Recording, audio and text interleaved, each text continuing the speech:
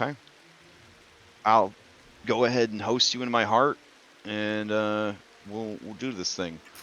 So it's Thursday night. It is the last Crash Jam tabletop game of the year, and the last Curse of Strahd Nightfall game of the year.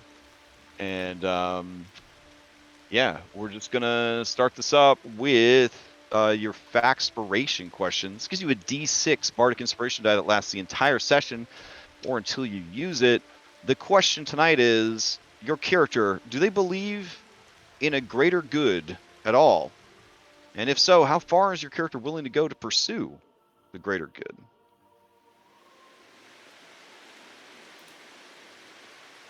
So ruminate on that. Does anybody for a point of DM inspiration, which allows you to steal initiative once combat has started, or declare before a roll to roll with advantage? Does anybody want to do that recap for me? Going once, going twice. No, I mean, I'll do it if nobody wants to. No one wants it. I'll take it, but okay. Go for it. I'd like to, but my audio's messed up tonight, so. Yeah. Oh, all right. Take it away, Anne. All right. So, previously on Curse of Strahd Nightfall, we just witnessed. Well, I didn't witness it, but everybody else did. I witnessed Uncle Art run up and sacrifice himself on this altar, stabbing himself with that ritual dagger that we found in the basement of this dang house. With his sacrifice, the weird flesh monster exploded, and the ghost vanished. We kind of collected ourselves and tried to figure out what was going on. Eventually, everybody, for some reason, when they left the basement, found themselves in, outside the house, but the house seemed different, seemed worse than it was before, and we couldn't see it. The surroundings seemed very different as well. Wasn't we weren't in Seattle anymore. So we saw that there was a dirt road at the base of the house. We went and found some shelter under some trees because it was raining, and tried to wait until everybody woke up, including me and Jason. When we woke up, Wayne and Chris told me that they, we're what happened to Art, and kind of what happened filled me in for what happened after I got knocked out. We while we were knocked out, apparently some lady was walking down this dirt road, and it didn't seem like, according to Wade, she didn't seem very good or forthright or something. She seemed like from some reason, he said he had a bad feeling when he talked to her. She was heading down the road, heading towards the I can't really tell which direction where it is, but right of the house, looking from the house. So knowing that we didn't kind of trust this lady, we decided to go the opposite direction. Maybe she was coming from a town or something like that, some type of civilization. And so we walked that way. We walked for a very long time, and even with all of our injuries, it's been very painful trying to walk. On our way, while we were walking on this road, though, we did stumble across it looked like a zombie knight riding a skeleton horse. We hid to try and get out. We didn't want to deal with that, but I don't know if it worked or not. But they seemed to ignore us and kept going, and so it was even more reason to not go the direction that we were going. That lady was going before, so we continued down the road, and we got to a giant wall with large statues with their heads missing. Or, well, not missing. They were on the floor. There was just a giant wall with giant statues. But once we got up close to the door or gate of this wall, it opened up, and what we saw through was more of that strange mist. That mist, We already know it was bad last time we saw it, so we decided to. It seemed like it was not the right place to go. So, seeing that we've been up all night and haven't got a chance to sleep, we said, okay, we probably should try and find some shelter, maybe under some trees or something like that, under a rocky outcropping or something like that, to try and get some rest. We tried to set up some type of camp. It didn't work out so well. We were all exhausted and hurt. So the camp didn't turn out that well. We tried to, rest and relax, but we were all restless and tense. So we weren't able to calmly, even in just solitude, just relax. It didn't work out for us at all. Then, while we were trying to go to sleep, we were interrupted by two, I guess, Vikings. They were wearing like skull helmets and had tattoos and ritual scars, but at least they seemed like they were gonna try and rob us, but we were able to kind of talk them down and come up with some type of a, thanks to Robin's help with offering to pay them with some of the things we found from that house. They decided to help escort us to some town, a town called Barovia. It turns out it was in the opposite direction of where we were going. So they started walking. We started walking with them, all extremely exhausted because we haven't gotten any sleep. Then they weren't really the nicest people either, and a confrontation happened between one of the female one and Wayne, and they decided to attack us. So we tried to defend ourselves. I was able to steal one of the axes from one of them, and I think Chris was able to shoot one of them, but at some point I got knocked out. I don't know what happened after that. All right. Take your point of demon inspiration. Okay. So, does anybody want to answer the factspiration question of does your character believe in a greater good? And if so, how far is your character willing to go to pursue the greater good? I'll answer for Robin unless somebody else really has a burden to go. Yeah, Robin, go for it. Okay. I think Robin wants there to be a greater good, but she is really, really super disillusioned and thinks the world is kind of out. People are just out for themselves, I think. So she is someone who studies religion and like why people do things, philosophy, history, all that kind of stuff, and she wants there to be something to join a cause for or something like that, but she has not found it yet in her life. But I think if she can find that thing, she will latch on to it and go for it. Okay. You haven't met too many NPCs yet, but you may ask the question of any NPC that you have met thus far. And you don't have to, though, if nothing comes to mind. Just thinking, that random lady on the road. Okay, yeah. The random lady on the road. The random lady on the road definitely believes in a greater good, and that greater good is her family, capital F. And she will die for capital F family, and she will kill for capital F family, and has done so innumerable times. There you go.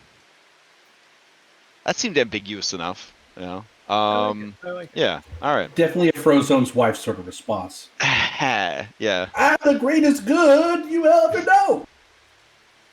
So let's see. Right now, the temperature is about 43 degrees with a moderate wind of about 7 miles per hour, and you got light rain. So that's nice. I guess I'll turn on the light rain for you. I'm sure I'm sure our browsers and Foundry can handle these lovely maps with just a little bit of weather. I'm sure nothing bad will happen here. All right. And I will bring you guys over to that map. Let's see. Oh, and I'll apply that Faxpiration for you, Robin.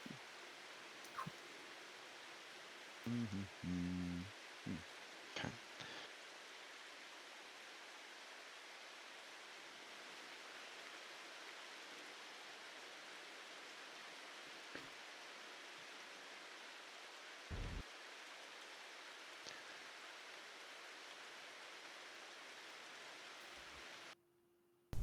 All right.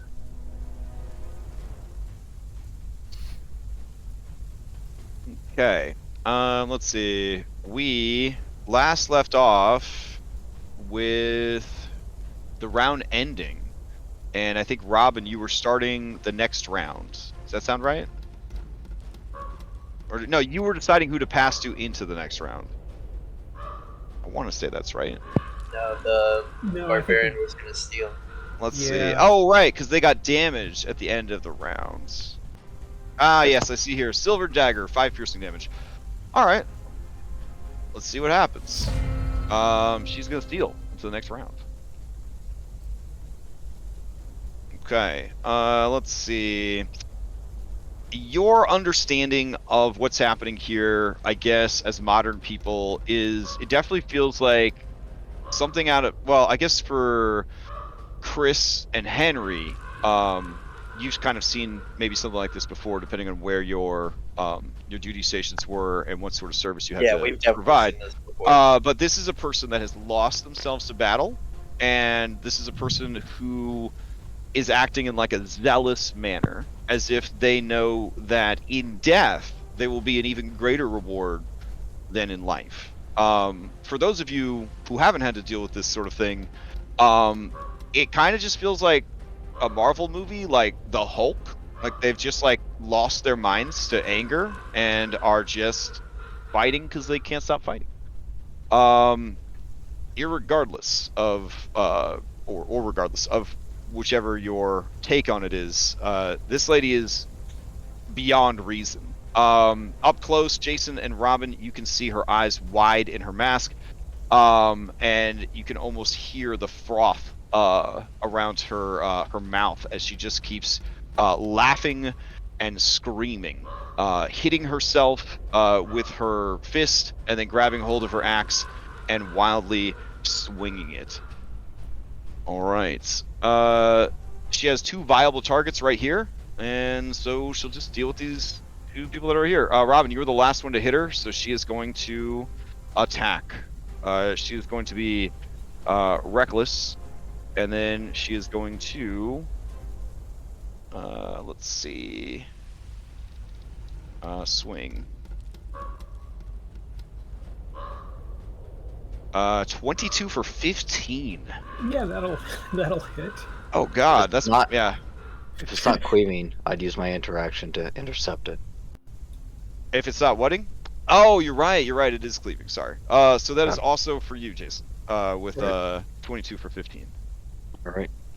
I think you're rolling. Trevor. Oh, am I rolling privately? Hold on. Reveal. There we go.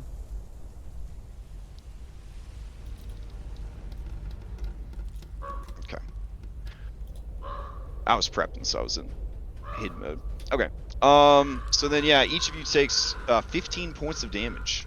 Ouch. And I think that's a wound for each of you. So here's an Yes. injury for Robin, and here is an injury for Jason. Robin, you got a wounded kidney. You suffer an additional wound, so you got to drag 2 onto your sheet, and now all Constitution saving throws are made at disadvantage. All right. I'm unconscious.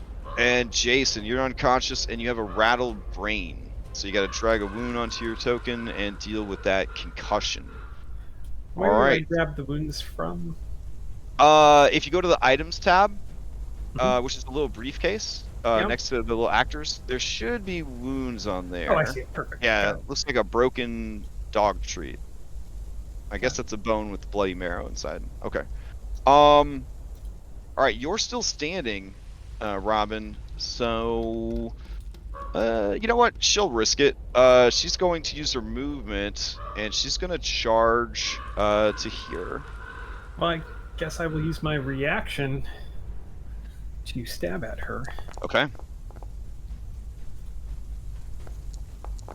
I didn't.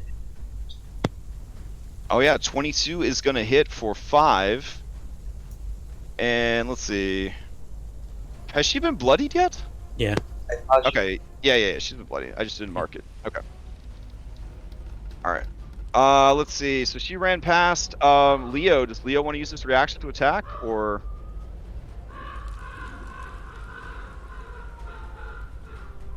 No. Jason? If you're speaking, you're muted. Yes, he would. Okay. It would just be an unarmed strike at the moment, though. Okay.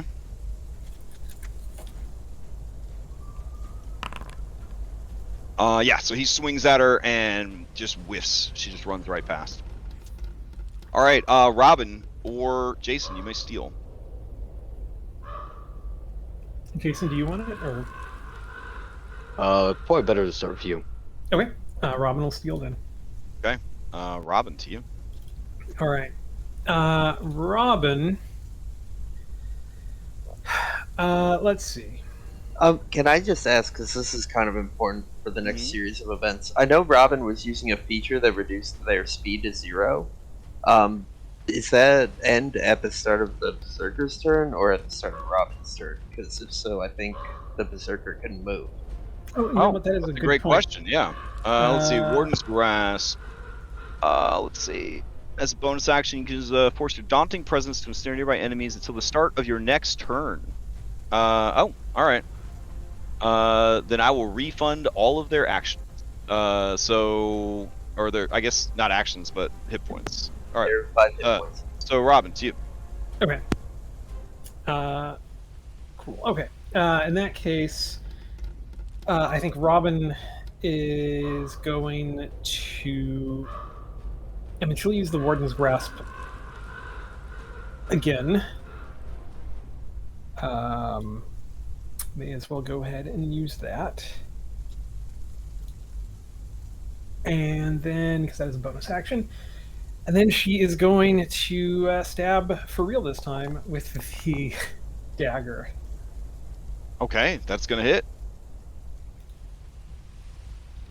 And she's just going to say, she's not going to say anything. She's like, Yeah. she's like probably like through tears and just like anger, and like at this point she's not even. Yeah, and I think to kind of represent the non-magical nature of this Warden's Grasp is you've just locked eyes with her, and you just unblinking, just kind of staring her down, and like a wild animal, she kind of locks gazes with you, and her focus is completely on you. Like I would say Robin is almost in a similar state, like not mechanically at this point, but like Sure. she's similar, like she's getting pretty intense. Okay, we'll pass over to. Yeesh. You've got Dan, and you got Dunbar essentially, Yeah, and you've got Chris. this. I guess everybody who is going to be making saving throws is already down. So Well, Jason's got to make saves. All right. Then let's go over to Chris, I guess. Okay, Chris. Alright, yeah, Chris takes aim and fires. Okay. It's at advantage because of Reckless. That is gonna hit. All right. You blast a chunk of her shoulder off. Bone and blood kind of goes everywhere, and her arm just hangs on by sinew. At this point, she's just barely alive. Yep, and Henry is gonna take his shot at advantage. So 13 hit. 13 hits. How does she die? Shot to the heart. Okay. All right, because someone is still down and making saves, we are going to stay in initiative. Alright, You cannot move because you've already passed to Henry. Oh, okay. Yep. That's fine. You got to do all of one and then all of the other. Gotcha. No, yeah, that's fine. I'll rush over next round. Wayne's completely out, right? Mm-hmm. Yeah, that should be Dunbar. Okay, I'll pass to Dunbar. Maybe Dunbar can make some wounds or something. I don't know what that dog can do. All right, Dunbar is up. Dunbar is going to run over to his beloved human Okay. and start whining and licking his face. Okay, fair enough.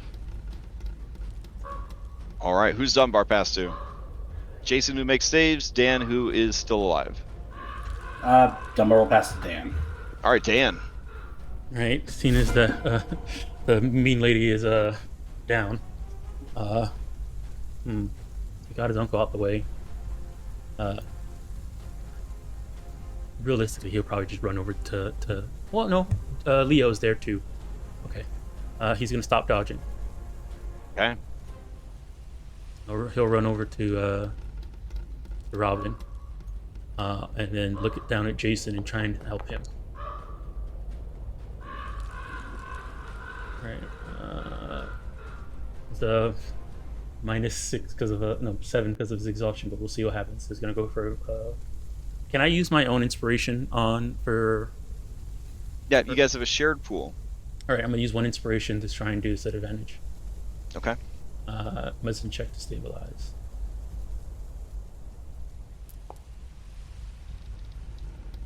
All right, and that will do it. And he gets a boon. All right. -6. Yeah. Okay. But with that stabilization, combat would end.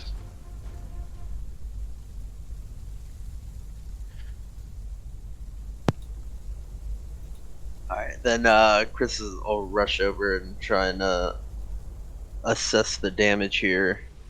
Dan looks like he took care of Jason. Is Wayne and Anne, can I try and figure out what's going on with them? Are they still breathing? Yeah, they I mean, Anne mechanically is going to live because of the rules we use, but for show you may want to either cauterize or tie off that chopped hand for sure. Yeah, I definitely can fix that. So and since that's all covered by the fate point, you don't need to roll a check for it. You just basically Cool. stop the bleeding. well, since it's covered by the fate point, yeah, Chris will pick up one of the battle axes and he will use his Bic lighter to heat up the metal. It takes a while, but once it's hot enough, he'll cauterize. Goddamn. All right. Dan says, "Wait, we just have to put the hand on ice, and then they can save it." That's not how this works. This is what's best for her, trust me. What's best for her? And you can see that her breathing is very irregular, but she is breathing. Dunbar, like Pikachu in the first Pokemon movie, is just crying healing tears into Wayne's face, licking all over, and making sad, criking howls that would easily attract wolves and other predators. As he's doing this, Wayne, you feel horrible everywhere, but you ain't done yet. And as you hear your dog calling you home, you open your bright blue eyes, and they are spattered by the rain. You smell blood and death shits all around you.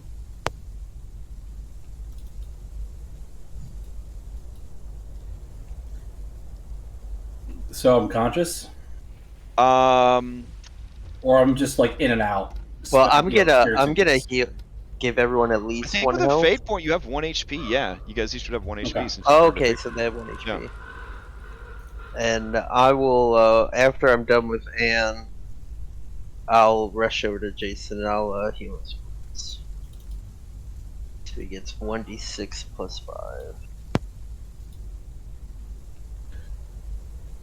Well, in that case, if Wayne is alive with 1 HP, he's gonna look around, smell what he's smelling, and say, I thought they smelled bad on the outside.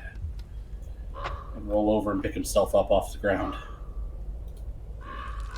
Leo's gonna be rushing over to check on Jason, and he's gonna murmur to himself as he's looking over Jason's body, like, I don't know how he's still alive. Is there any part of him that's not broken? He's actually pretty tough. He's got a warrior spirit.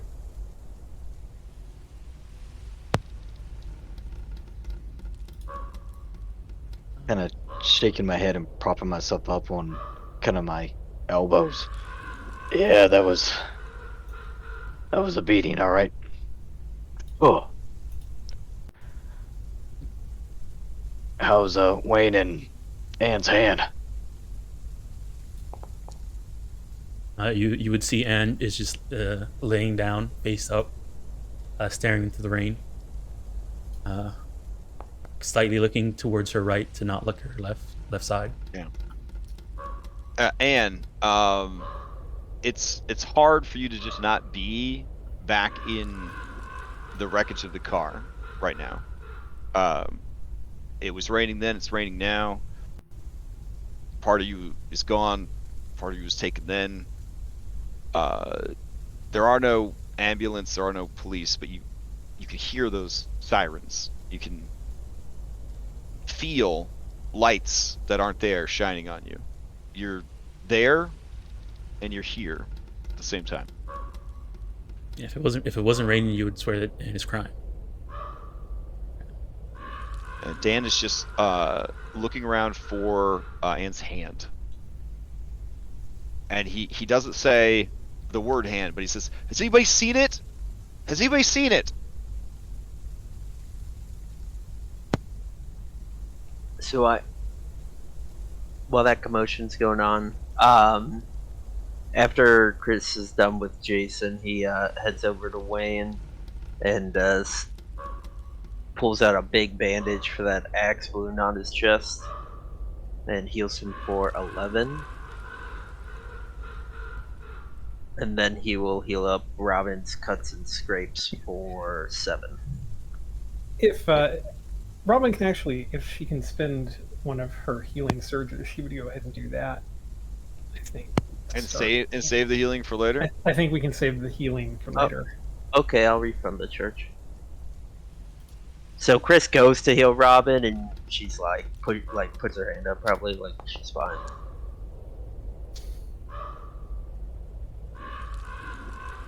Sorry, Anne. There's not much more I can do for you. Can Dembar go and try and find it? Yeah. Dunbar goes to try to find it. The kitten, just soggy, just saturated and shivering, tries to follow Dunbar and falls into the mud. It is covered in blood and mud and rain. It just lets out pitiful meows. Wayne is gonna he's sitting down, just kind of in a daze. If she's within like an arm's reach, he's just gonna kind of like roll to one side, reach out, pick her up in one-handed, and like bring her like underneath his duster, and like kind of like pet her through the duster. Just sort of like he's in shock. Yeah, he's the kitten she starts to purr. Dunbar has something that he's pulling out from underneath this guy. It is a hand. He drops it at Dan's feet and lets out a proud Bjork. Dan needs to make a Constitution save or vomit. He's probably gonna fail that. Okay. Gotta believe in him. He's only got -6 rolls. Yeah, he vomits super hard. Dunbar looks around to see if Wayne's looking, starts to eat the vomit. He's very hungry. Again, Dunbar wings out of it and it does Okay. not chastise Dunbar his eats dog. all the puke. He's just eating it all. It's just the foamy yellow barf that came out of Dan. Ugh. Wait, hold on. I'm fairly certain Dunbar's going to throw that up in about an hour's time. And then another one of us can eat. Wow. It's Why gonna- would you say that? It's gonna sit up. Hey, Anne, well, I don't know the best way to tell you this, but we did find it, and Yeah. he offers you your hand. She goes and reaches for it with her left, like, you know, Uh, and then realizes it's not there, and then takes it with her right.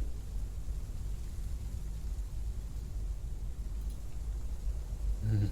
what was wrong with those people? Do you think they were on meth or something? I have Do they have meth here? Well, help me search them and we'll find out. Take their axes. At least we got some weapons out of this. Are they wearing armor, Gresh? Well, they were wearing hide armor, but it's been pretty badly damaged in the fight. But you could probably repair it. I mean, they're mostly pulling like a Red Sonja, sort of Conan the Barbarian look. So, yeah, like it is hide armor and it could be repaired. Probably between the two of them, you have enough to piece together one set of hide armor if you had the time to repair it. They each had a great axe on them. And they each had 5 rations with them. And 2 hand axes. And I could put those into chat if that would help. Please. Okay, so hand axe. And then they had great axe.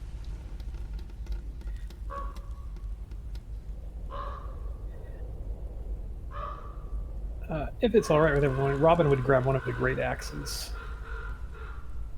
Yeah, you can take it.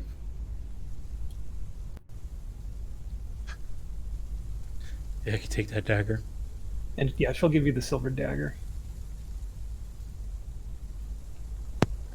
Do we find any sort of map or anything on them? No map, but we got enough food for us each to eat. Can And you? then they each had 2 sacks on them that were basically carrying their, you know, one was carrying the rations and a spare sack, essentially. Can you set Lauren's character Do they to have Robin so I can send stuff to him? Did they have any like? Sorry. Are you asking Lauren to do that? Yeah, either you or Lauren can switch their characters over to Robin. In the right click character thing on the left hand side. Mine's covered by my hotbar setup. Where do I do that? So under where it says on the left hand side at the bottom there should be like a players button, and like a little menu. You can right click on your character, release yourself from art, and then set yourself as Robin. Oh, here I can see it now. I've always got my stuff like fully expanded. Yeah. Do you see it, Lauren? Otherwise, I could do it. I do not. I'm sorry. Okay, I got it. No worries. I'm gonna release your character, and oh no, there's 2 Robins. Hold on, gotta delete one of these Robins.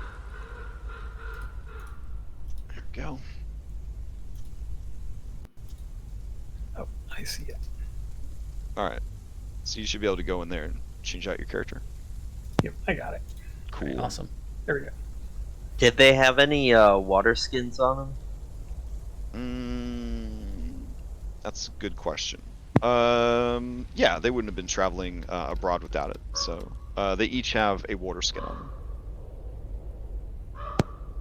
And just because it's so nitty gritty, how many like uses or like days worth? Water skin holds, I believe, 1 day, because not even a day. You have to drink a whole gallon of water every day. So they'd actually have to keep refilling as they go. I think it's 4 charges, and each charge is like a quarter of a gallon or something like that. 4 pints of liquid 4 is how pints. much is stored in a water skin. All right, so But yeah, you have to drink a whole gallon a day. So yeah. Did we get any mechanical effect from like rationing it and taking a little bit? For each of us? It's just I don't want to have to do that level of minutia. So you either drink a gallon a day or you Okay. haven't drank a gallon a day. So I'll go ahead and use my healing surge. I mean, it's literally raining, so I don't know why water is a concern. But yeah, if it does become a concern, you either drink it or you don't. So As Robin kind of is calming down out of all of this a little bit and like seeing all of the carnage and everything, picking up one of the great axes, I think she's going to look around, and I mean, there's missing hands, there's, her kidney is busted up. She's going to say, I don't think we're going to make it to civilization. And she'll just kind of gesture down the road, whatever that is around here tonight. Maybe we should eat some of this food that they were carrying and at least try to get a little rest. Are you gonna head back to where we were setting up camp, or? No, That's that 3 hours you back too that doesn't far. make sense to head back. But I think one of y'all could put on this helmet here. It might make you look a bit more intimidating and shield your head from the rain.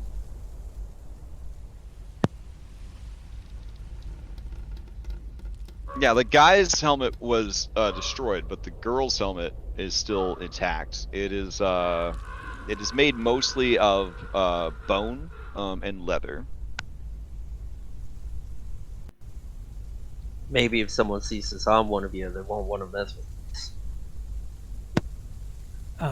Robin would point to just and will say, I'm willing to put that on and I can stand watch. I'm not as bad off as everybody else, I think. Alright, well, if we're gonna take a minute, we shouldn't stay here on this open road. We should find a place. Maybe walk for a bit, I'll keep my eye out.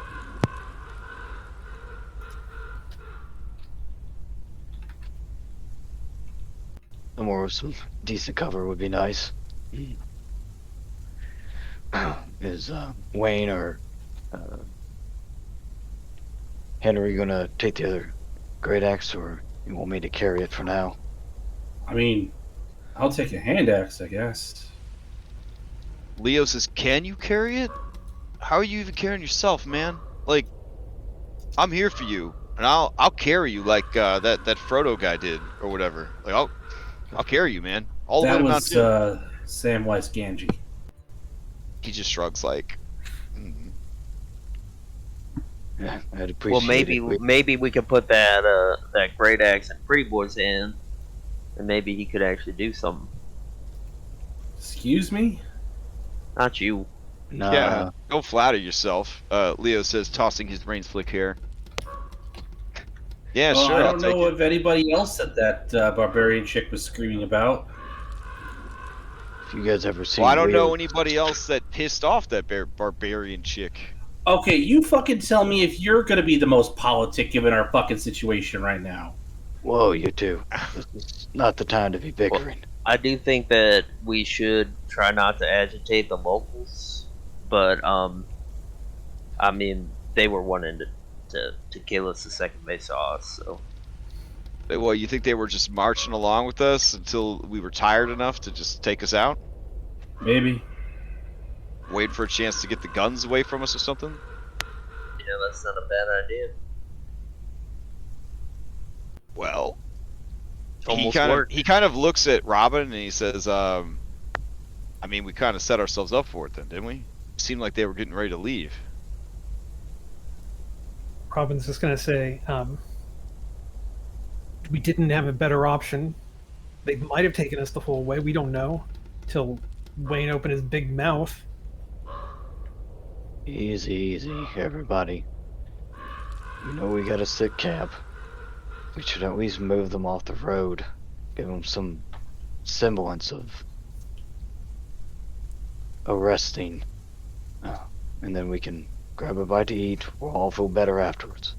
Dan says, but off the road, like, what if someone, I don't know, actually good comes along and we're not here? Like, sort of, what if, I don't know, ye old guardsmen come by or something, and like they don't see us because we're out in the woods getting massacred by whatever's in the woods. Dan, I hear you. And it's cold, But- man. And it's wet. I And think Anne's the in bad only- shape. I think the only people we can honestly rely on is one another. And until we can be proven otherwise, I think that's what we do. Robin, I shot my mouth off. I'm sorry. And Dan, I hear you. This is some scary shit. But we can't trust anyone or anything right now. We got to stick together. That's the only guarantee I think we have. Well, what can we even trust this village they keep talking about? What if everybody in the village is crazy? What if it's like the Purge, man? Man, What if it's you're like the asking Purge? questions Oh. that nobody has the answer to. Would Dan? you rather go back to that fog? I don't. What- I just want to go I want you to- home. I I want want to you go to- home. I want you to ask yourself, how are you helping right now? Focus on that. Now let's find somewhere to camp. Right, he picks up his dead uncle, and he waits for you guys to decide what to do. Yeah, so Chris is gonna just lead down the road, and he's gonna try and like find a good spot with like a good covering where we could. Right. Yeah, The road yeah. is very exposed. The woods would provide lots of cover, both amongst the trees and with the foliage of the trees. Out on the road, people can see you from quite a distance in both directions. Yeah, Chris doesn't want that, so he's gonna Right. find somewhere with foliage and coverage. Once somebody stops them, Jason will actually pull the fallen nomads, the wild people, into like the nearby bush and say a short prayer for them. Damn. All right. Jesus, dude, get some. Allow one of us to help at least. Leo will assist because, again, he's not sure how you're even moving around. Wayne will do his best to try and help, although he's probably utterly worthless. Thank you, you too. Yeah, I Bob- mean, Robin will kind of hang around until after you're done, and like people are walking away from those bodies, and she's going to kind of linger and look at them as people start moving into the woods. Mm. And then she's going to take the great axe and try to chop the lady's head off. oh jeez. All right. Because this is such a gross and visceral campaign, just give me an attack roll with advantage to see how many chops it does take her. To because up until a little while ago, 15. All right. One chop, it's done. Nice. I mean, Robin's not like I imagine she's like, on the verge of like throwing up or something. Doing this is not like, but she's gonna pick up the head and carry it with her, and she's Oh my God. wearing the berserker helmet now, and it's just like carrying the head with her. Okay. But again, kind of behind everyone, so nobody else, unless they were specifically kind of like watching and waiting for her, nobody would have specifically. No, seen I mean Leo would be busy with Jason. Jason, out of campaign curiosity, what religion is Jason? Like, who did you pray to? He was a Christian back in Okay. Seattle. All right. Was. Noted. Oh, dang. Crash, is a hand axe strictly strength or can it be dexterity too? Oh, it is my child. It is 100% strength forever. Alright. Can we do like a quick inventory of who took everything so we can make sure? Wayne will put back the hand axe. So Wayne has a hand axe. No, he doesn't, because he's got oh, 6 he put it strength. back. He's gonna do fuck Okay. all with that thing. Okay. So you're skinny pretty. I gotcha. Okay, so Wade's got a hand axe. No, Wade No, I doesn't don't. have a hand axe. So we have Nope. Robin has a great axe. Jason's carrying the other great axe, and then we have 2 hand axes. Correct. And a knife somewhere.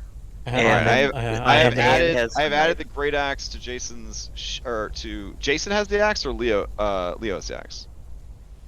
I don't know. Jason Did would Leo have it. take it Leo- Jason after? will have the axe. Okay, fair enough. Yeah, Leo is yeah. I know. wouldn't want the axe in the hands of a lifeguard. Okay, fair enough. All right, then Chris and Henry will both take one of the hand axes.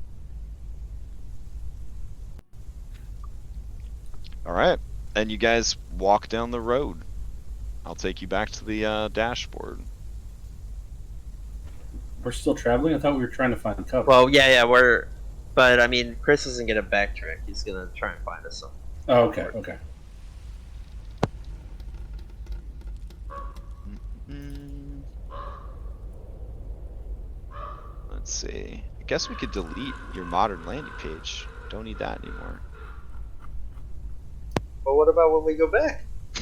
Yeah, when we all make it back. Right. Okay. So you guys head down the road for a while. I'm gonna need a wisdom survival to see if you could find any decent place. Anybody else just seen a black screen? Yeah, it's just a black screen Yep. for me. Oh. Let me try It's on the other again. map, technically. I Alright. will roll the There we go. survival. Is anyone trying to help Chris Alright. find? You can only help Dunbar if can you are. help. Oh, only trained. Dunbar. Is Dunbar sniffing out? Yeah, Dunbar's. Yeah. Yeah, of course. Yeah. He wants to find a place to sleep. Yeah, Jason could also help you Okay. technically. I'm trained in Cool, survival. cool. All right. So as you're kind of going down the road, you do see through the dimming light a little like it would almost looks like a little grove far back from the road in the woods. The trees are pretty tightly knit in that area, and there's some stones and things like that. It's the best you've seen so far, and the density of the trees would provide a pretty good canopy against the rain. Might be the best you're going to find. Okay, we'll take. All right. I will take you over to Yield Forest Camp.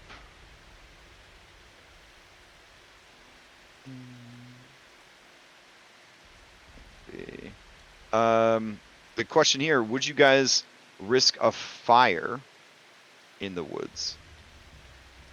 I mean, if it's raining like this, I don't know if we would be able to make one, right?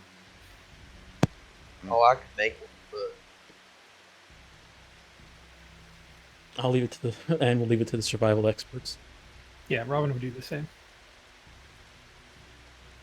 oh man, it'll help him dry up, but it'll make us a target. We have a decent number of injuries. It would be tough pressed to push something off if a wild animal walked in on us. Should probably Yeah, keep lights yeah, low. I think that's smart, Jason. We won't. We'll try not to attract anything. Just try do your best to stay warm and dry up. Okay.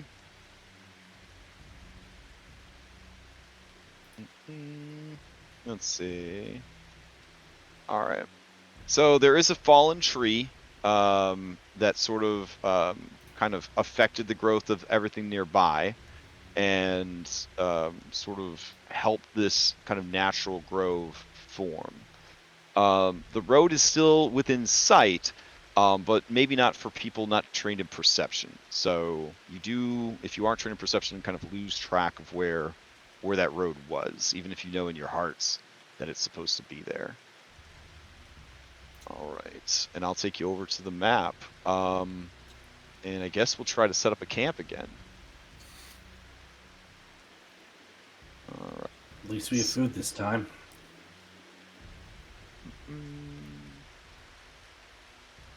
Let me check the lighting here. It'll get darker and darker as night sets in. All right.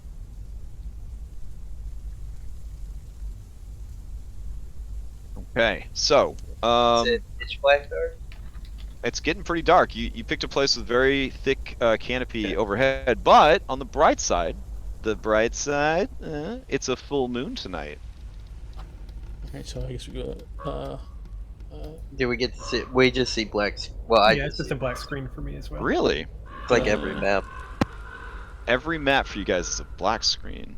All I mean, right. this one is just there's no light. If I guess you don't have global illumination turned on, and there's no lights turned on. Let's see. Mm, If that's the case, then we just have to turn on a torch or something like that. But okay. I wonder why it doesn't give me global illumination on these maps. Because I have like a darkness toggle here, but every map ends up being like crazy dark when you get there. Let's see. I mean, yeah, if you have token vision on and you don't have global illumination on, it's just gonna be pitch black for anybody who doesn't have dark vision, unless you have lights in the scene as well.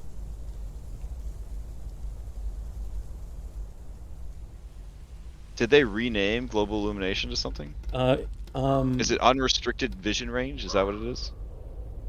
Maybe. For I don't remember for 9, but I know for 10 there's like a button you press and then there's like a window that opens up. Okay, what about? Yeah. Does that allow you guys to see? Yeah, we can see. Okay. All right, so that's what it was. It's just not labeled global illumination in 9. Okay. All right, so it'd be about that. My page just crashed. I'm gonna have to reload. Okay. Yeah. Okay. Yeah, it's shady, but we can see. Mm-hmm. All right. Anne's gonna sit down and lean up against this fallen tree. All right. So you found a place to camp. Robin? Is what? Are we missing Robin? Yeah, they had to reboot. Yeah, I'm still here in chat. I'm just. Oh, you mean like they're mini? Oh, there they are. Yeah, they're there. Yeah, they're there. Yeah, they're under wing. So, 5 steps to making a camp. Here we go. You need to make a camp. So in order to make a camp, I need every PC to give me a strength, intelligence, or wisdom survival check. If at least one person gives me a survival check, I will allow the rest of you to bullshit your contribution. So I will give the survival. Okay. Okay. All right. Then I need the other 4 to give me some kind of check and bullshit what the check is for. I mean, I don't know if Anne would go ahead and try and lift stuff with missing a hand, but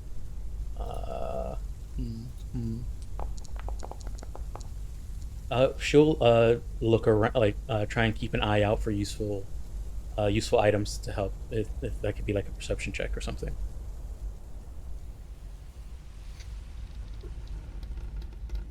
Robin would help to kind of like clear out any areas, like if there's limbs or branches or anything that need to get moved out of the way, or any kind of shelter that can get built out of whatever debris we move around, any of that kind of thing. All right, sounds good. And you give me a check. Jason, how is Jason contributing?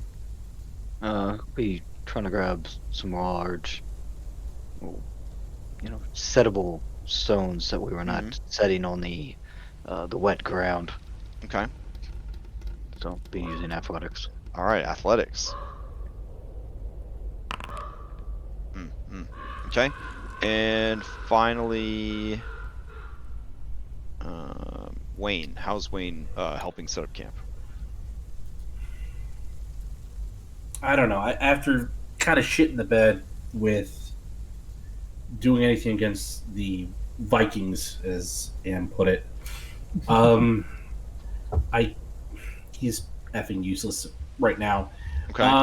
I guess he'll try and entertain people. Maybe try and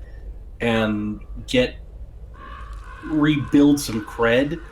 He's gonna unload his pistols out of safety but he's going to try and do some of the twirling stuff with the guns he's been practicing on. Okay. So, like, maybe, entertain and distract, and also maybe they'll think, oh, he can, handle those guns well. Maybe he won't, shit the bed next time. Okay. Okay. So I guess I'll give you a performance. All right. So, in addition to all of this, I need everybody to give me DC 13 Constitution saves because it did take an hour to find this campsite. So that would be more forced marching. If you do not get the 13, you get another point of exhaustion/stress. Did that performance not come through? The performance did. Performance is secret. Oh, okay. Yep. All right, Robin, you're the only one that succeeded on making a campsite. So unfortunately, that means all camp activities are DC 15 tonight. All right, that's another exhaustion for Dan as well. 1, Okay. 2, 3, 4, 5, 6, 7. Okay, he's at 8. If he gets to 10, he dies. I know. Okay. What was the con save DC? 13. Great. So that's another level of exhaustion? Yes.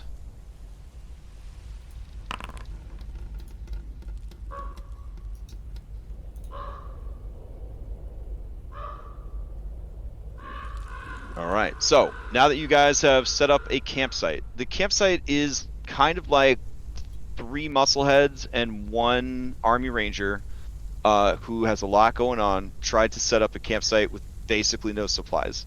So there's a lot of really nice big rocks for everyone to sit on, and a lot of big sticks were moved out of the way and put in a pile. Maybe like a makeshift lean-to was made out of them. But overall, I mean, it's about what you would expect in the situation that you guys are in the condition that you're in with the lack of supplies. Now, you must nominate a lookout. The lookout is in charge of camp defenses, keeping watch for any threats. They will not be able to do any other camping activity. I know Robin. Well, Chris will go Robin. Say I can do. Okay, so Chris, you're going to be the lookout? Unless Robin is really Robin is Person. pretty kind of amped about it, and like she would push back. Oh, At this point, okay. like she would even be looking during kind of the setup of the camp. Like she would look. Is there kind of like a direction? Like we have our back kind of up against these trees. Is there a direction like we might expect a threat to come from if it was to approach us? I mean, the fallen tree, having your backs to that, and having like the little lean-to of branches and logs and whatnot overhead, that's your best bet for getting any kind of cover.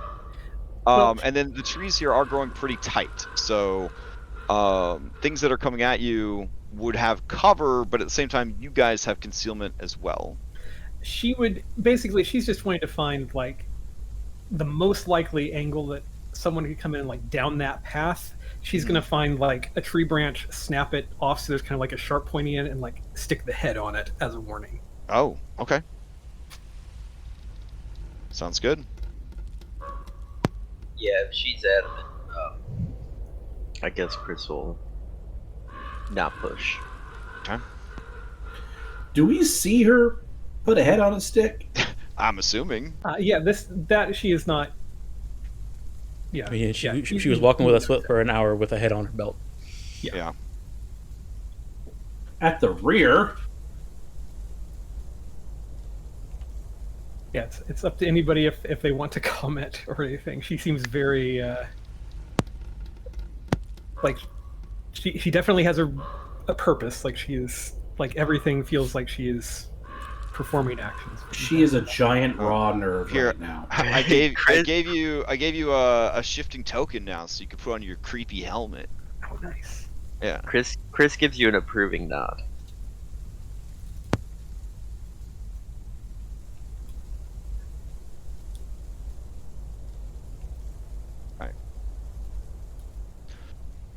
All right. Next up is perform camp activities. Each remaining party member, who those are not on lookout duty, can perform one primary camp-related activity in addition to any basic short rest activities, and then you guys would go to sleep. So the DC for all these activities is 15, and you could treat injuries and wounds. I don't think you're in a position to really do any research or investigation. Let's see. You essentially would gain the benefits of a short rest as part of the camping. So this is the basic activities. During a short rest, while you're catching your breath, you can perform some basic activities such example tasks listed here. So essentially, whenever you guys camp, that first hour of like setting up the camp and settling in is like your short rest. So you are at least guaranteed that short rest stuff. Then you go into the camping, and if those camping activities are successful, you might regain even more resources than the short rest would provide. Does that make sense? Yeah. Chris Okay. will see if Wayne wants to play a game. Sure. Well. What you have in mind? It's gonna be one of those He's really bad at checkers. like word games where like we just like Oh, word beginnings and endings. sure, let's play that. Like so I say a word, last letter of that word, you gotta come up with another word that starts with that letter. Oh, okay. Sounds like it's going to be an intelligence challenge. So each of you, give me an intelligence. Just a straight check. Yep, straight Straight roll. intelligence check. Yep. Oh man, you did really good, Wayne, but you're also just beat to shit compared to Chris. So while you were doing great, you just got too tired to do it. So even that natty 20 comes in at 15. Chris, you barely win it, mostly because Wayne just looks like he doesn't have any spirit to do this. Yeah. Anything from Anne or Jason?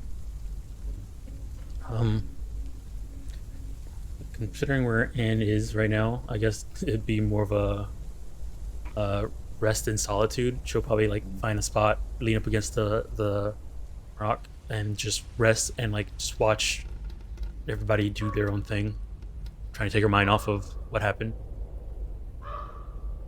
Oh, and the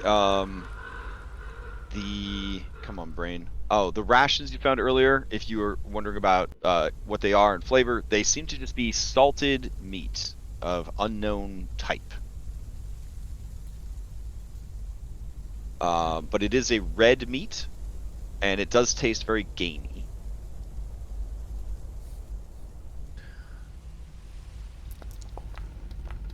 And if you guys are eating it, then you're definitely going to need to mark it off your sheets, because I think that food and water is actually going to be a thing.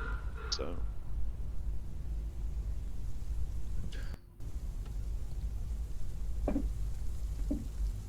Dunbar Jason, reloaded just- his pistols. Robin would forego a ration. Wayne, not Dunbar. Oh, you're gonna forego a ration? Okay. So Well, yeah, because there's only 5 of them, so she would make sure other people get them. No, there's Well, 10. Oh, is there 10? So I there's heard 10. 5. Oh, well then yeah. Robin I would- thought there were 10. I was thinking 6. It's there were 6 total. 6. Oh, I had a six. concussion, so I'm Okay. not exactly sure. Yeah. 6. Yeah, there were 6 I total, also have a but concussion. there's more than 6 people. So yeah. If Robin wants yeah, to forgo, that's fine. Chris will do without as well. Okay. So he'll make sure that Wayne and Henry. All right. Pretty So boy. probably the best way to track this would be on your character sheet. Just make a resource that's days without food, and just start just taking the value up as it goes.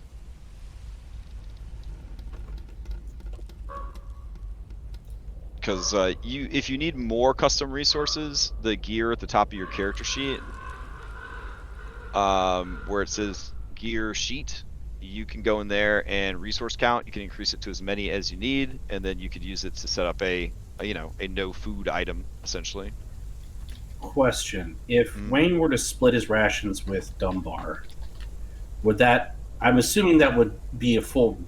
That would be, Dunbar would be fed, but Wayne would technically not eat because he's taking Correct. If half you're that. not, we're not going to we're not going to minutia it. If you don't get enough in the day, you don't get enough for the day.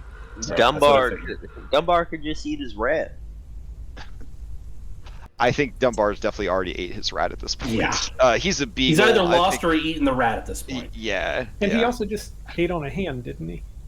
No, he found the hand. He found the hand. He didn't vomit. eat it. He ate the vomit. He ate the vomit. He ate the vomit.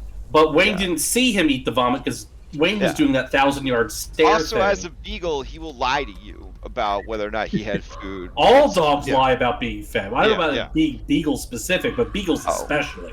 Yeah. All right. So he'll also probably hit all of you up for dried meat as well. If any of you are feeling generous, but And we'll make sure Dan gets some food. No, he says, no, you take mine. I don't need it. No, you do. And his whole body shakes because No. this boy is about to die from stress. Yeah, you have the food, Dan. It'll make me feel better if you did. Okay, but if there's not enough tomorrow, you take the food and I won't have any. Okay. Okay. What do you think this meat is, anyways? I just think of it as deer. Hopefully it's deer. It's deer. Don't. It's deer. Okay.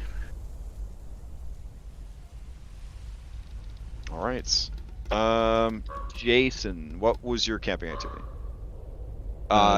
Resting. Okay, so give me a relaxing in solitude.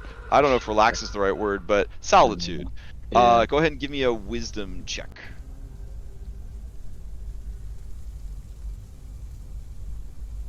Oh, the music got so spooky all of a sudden. That's not good. Yeah, sorry about that. 17. Okay.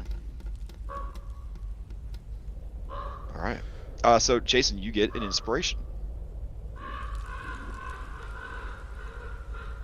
All right. So it is night and it is dark, but it is also not dark because just the biggest, fattest moon you've ever seen. Those of you who are from a city, it is, if you have never been IRL out away from like the city, far enough away from light pollution, dark is so dark and the sky has so much happening. It is mind-blowing. Just the biggest, fattest, heaviest moon shines through these thick rain clouds, and its light just casts sort of a low, dim illumination over everything. The sounds of lupine howls of various sizes and intensities just echoes through the forest throughout the night.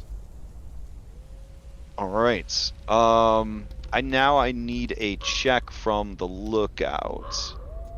Mm-hmm. All right. So lookout, go ahead and give me a. Let's see. It's been a little while. Give me an intelligence survival check to see how well the camp has been secured against potential danger. Intelligence survival. So we the setup for the camp, we did get the short rest in. Yes. Yep. Okay. And apparently we've been doing that wrong because that is considered the basic action. So that happens during step 3. So before you try to sleep. Would Robin get any of the benefit of a short rest? Yes, you would. Okay. Yeah, you just don't get to do a camp activity. Okay. She would take the short rest and spend a hit die and do all that stuff. Did we said we get a hit dice back on a short rest? Or am I correct? Yeah, because we're using healing surges. So at minimum you'll get 1 healing surge back anytime you short rest, but you only have 2 short rests in a 24-hour period. And we're on our second now, right?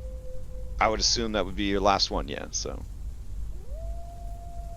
Hopefully we get to sleep in, and it's the next 24 hour. okay. So now I have to check each hour for random encounters. Shower. Okay.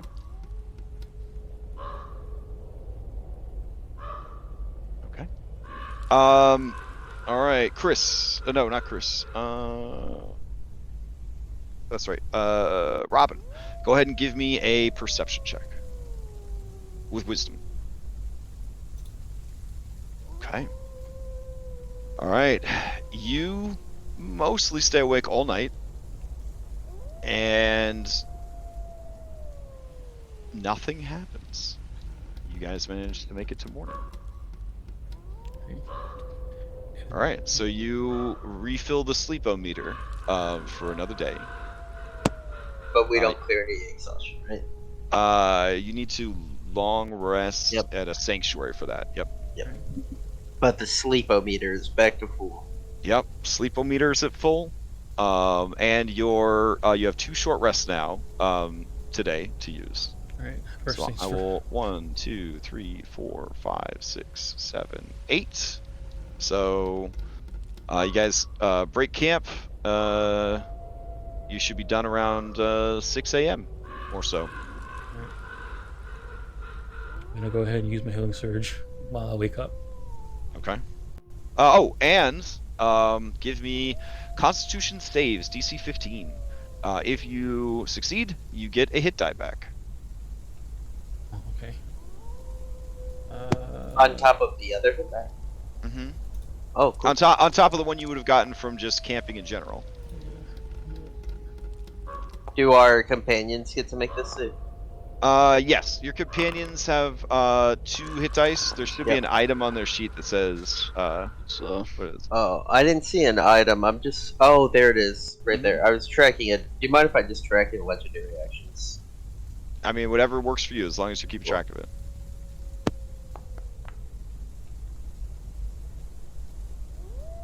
Yeah, there's way too many small parts for me to track everything, so everyone's on the honor system. So, all right. So, Chris, apparently you were the only one that got any decent sleep last night. Yeah, Chris wakes up, well rested, stretches his arms. That wasn't that bad. I've slept in worse. Looks at his companions, who look like absolute shit. We all just give you dirty looks. You'll get used to it. It ain't that bad. Wayne goes to say something, but thinks better of it and just shuts his mouth. All right, you guys head back to the road.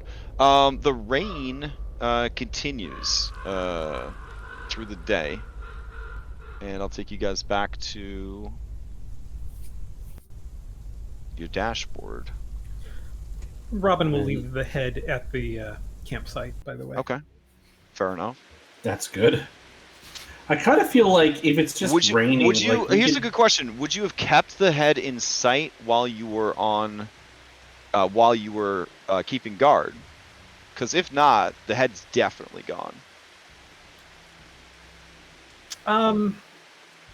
Yeah, I think she would have kept it, like, tried to keep it in, like, at the edge of her peripheral. But I mean, if she drifted off at some point or anything. Oh, yeah. Yeah. There was so much stuff hunting last night. It's full moon, so yeah, it would be gone. It doesn't look like anything knocked the pike, the makeshift pike down. It just looks like they lifted the head up.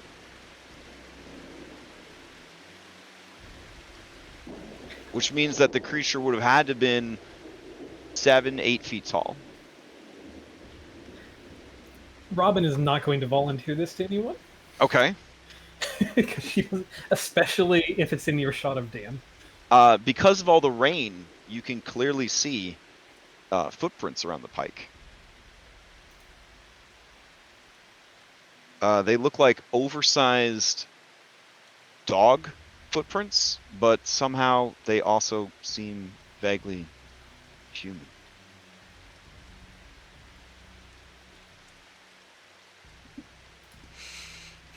I think kind of maybe breaking camp in the morning and kind of as we get on the road, Yeah. maybe she would just kind of generally talk. And she, nothing bothered us last night, but there were lots of creatures out there, and some of them were big.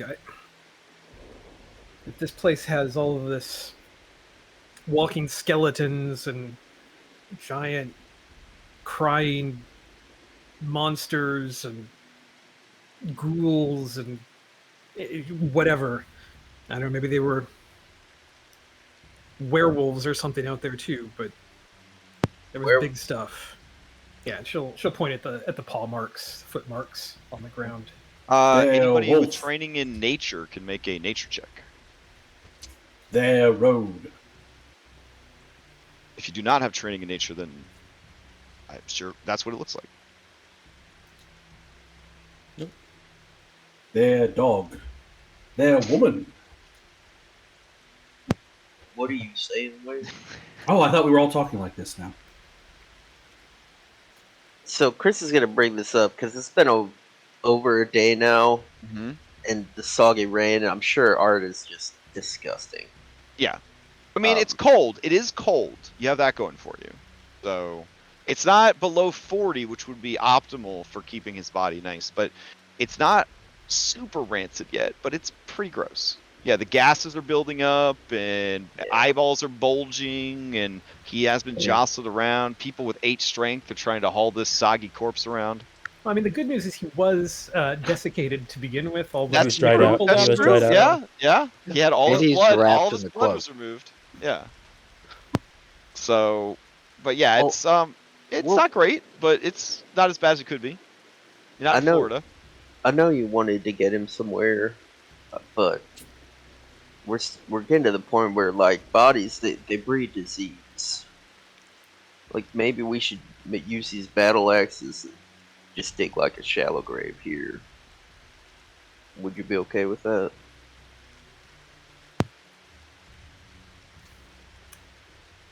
Now, as the mist kind of and fog is clearing in the morning sun, the rain stops, and you can see off in the distance the Durst Manor.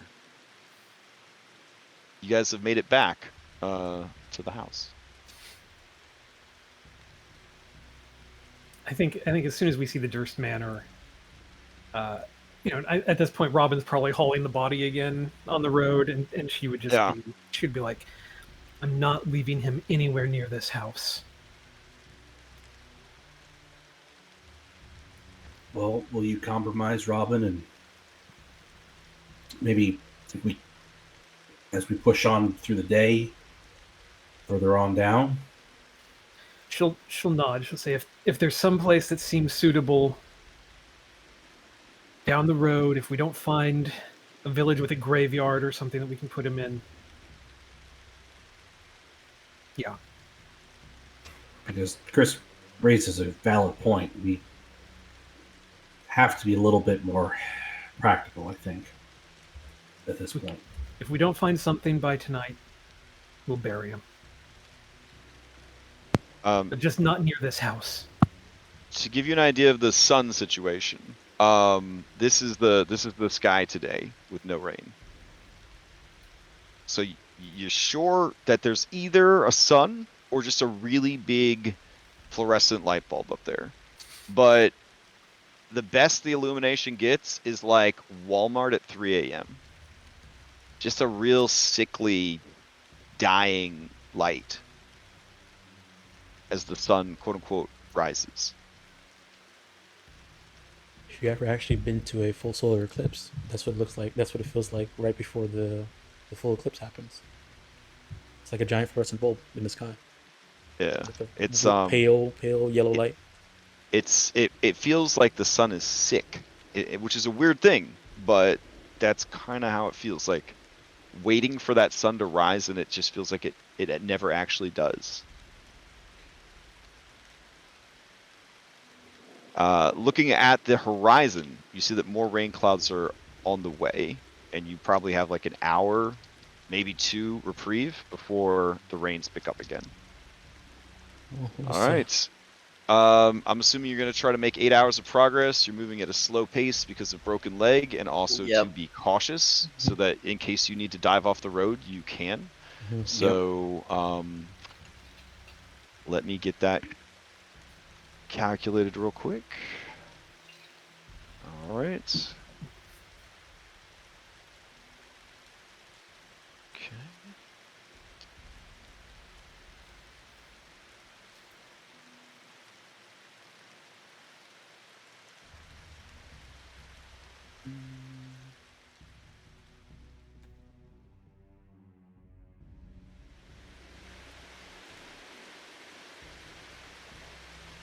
All right. Wow. Your luck is turning. You travel for 8 hours and encounter no one else along the road. You do not find the village. It is just 8 hours, 6 of which is spent in about 45-degree weather being rained on as you just trudge down this muddy road. Can I Was just there start any how far sweats we've in the road? traveled? How far you traveled today? At your, Well, since we left with the barbarians. Oh, left from where you were at. Yeah, from At the you were gate. asking from the gates till here. Yeah. Okay. Yep. All right. You have cartography tools or keen mind or something related to that. You have survival, right? Just expertise in survival. And All right. Give me a let's do intelligence survival. Okay.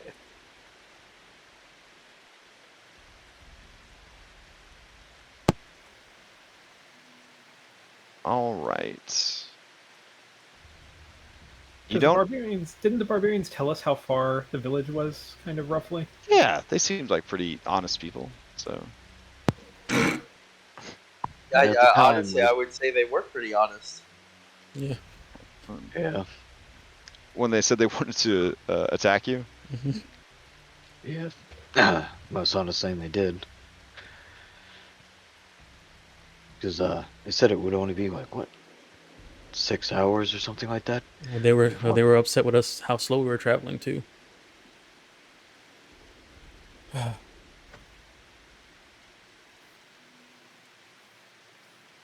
okay. Let's see. A rough estimate, you think that because you walked it twice, you think that from the gate to the house was about 10 miles.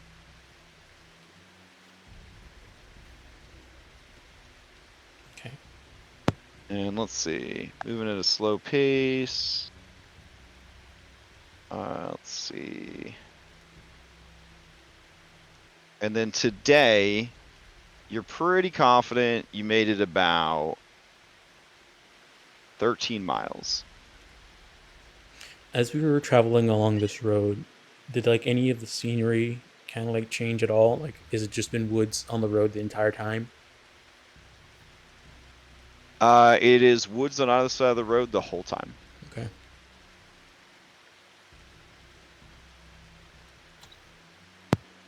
I estimate the town's maybe 4 to 6 more miles up. We could push it. On our current Yeah. pace, that would be another 4 or 5 No. hours. No. I turned to see Dan, struggling. I'm like, no, we can't. I can't push it. Dan's in rough shape. I'm not much better. And we can't think- put too much work on Jason's All legs. All right. Well, I'll find us try and find us somewhere to hunker down then, and we'll start digging a grave. Robin will nod. He's going to say, we're far enough away, I think. So I'm gonna try and find another place to camp. Okay.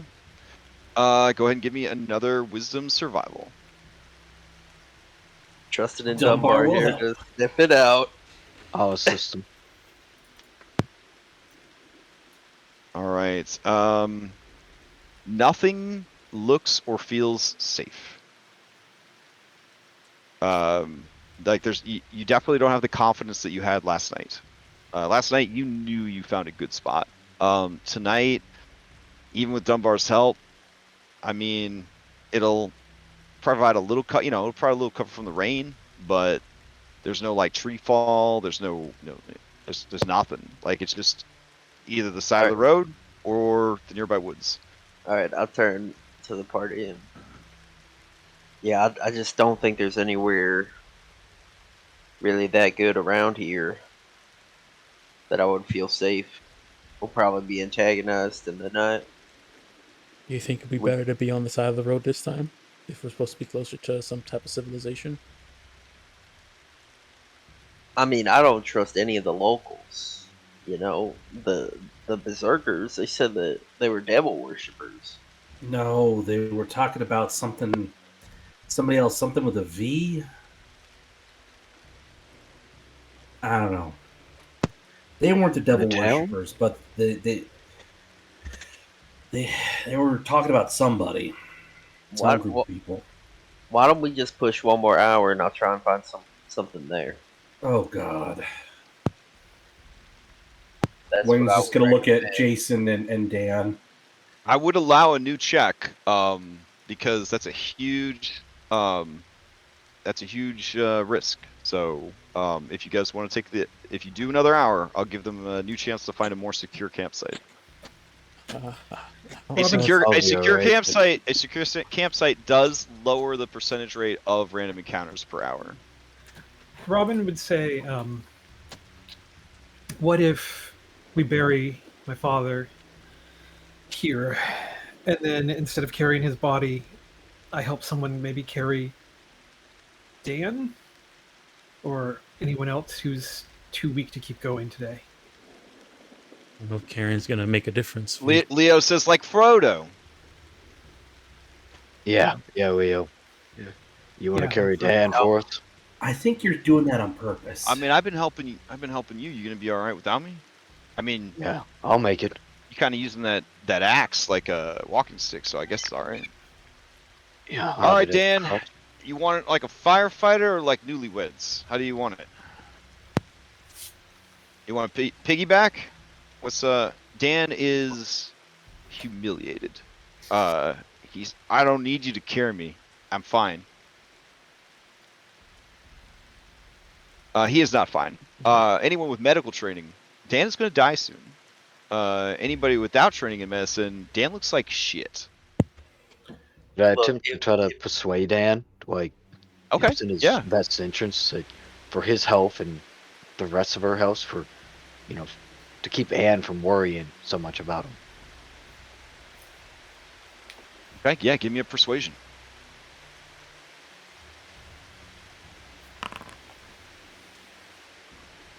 Oh, wow. Okay. You're not at disadvantage in any rolls, right? Not that particular check. All right. Yeah. Dan says, all right, but I don't want anybody to laugh at me. I don't want anybody to make any comments, okay? I am tired. I'm real tired. I don't think I've ever been this tired in my whole life. You're fine. We're just making our way to our own Mount Doom. It's not fine. I just feel like I'm just weighing everybody down. I'm not bringing anything useful. Like, these guys are like Army Rambo dudes from like Predator or some shit. And like I thought maybe Robin was normal, but like she started to fucking like Red Sonja or something. And then I don't know. Hey. It's okay. We're gonna get through this. Sometimes bad stuff happen. We have to get through this. So stuff always happens, Anne. That's our whole life. It's just bad stuff. I was supposed to go to university. You worked hard. I worked hard. We were gonna make things right, and now we're here, and everything's falling apart, and Art's dead. I know. And I'm so tired, Anne. I'm so tired. I know. Just a little bit more. Hopefully there's something down this road. Hopefully we can find a place to stay. Hopefully, just gotta.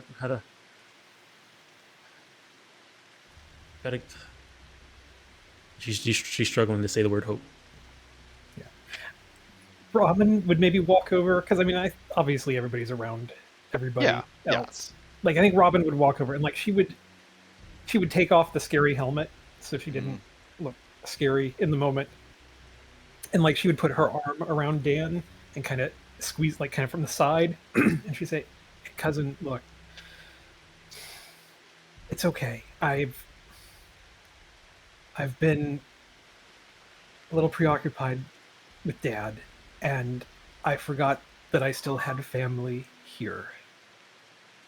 And you're right. This isn't fair, and it all sucks. But look, you almost got sacrificed back there, and those vampires or whatever they were hurt you. And Art killed himself to save us. And we're gonna do anything it takes to get as many of us as we can, to get all of us to whatever safety we can find. And if that means right now that you need a little help, that's fine, because at some point you're going to be able to help us. Yeah. Okay? Okay. I shoot a very pleasant and helpful look to Robin. All right. Appreciative look. Leo says, "Hey, man, there's no shame. Come on, up." And then, Yeah. I guess during all that commotion, Chris and Henry were using the battle axes to dig a shallow grave. okay. All right.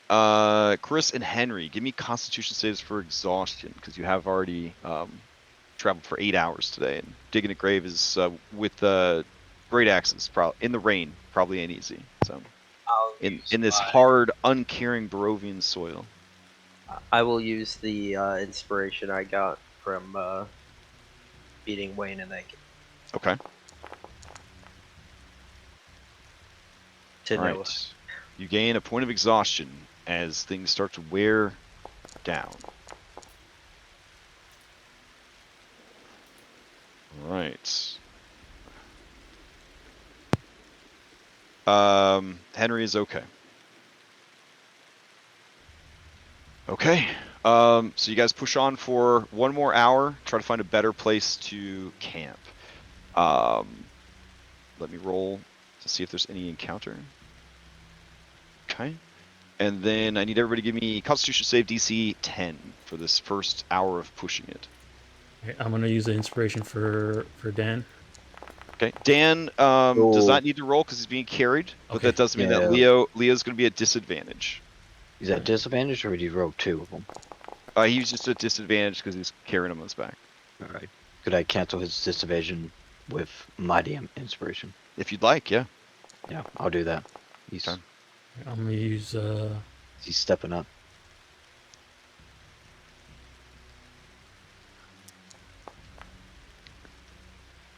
Whew. Oh shit.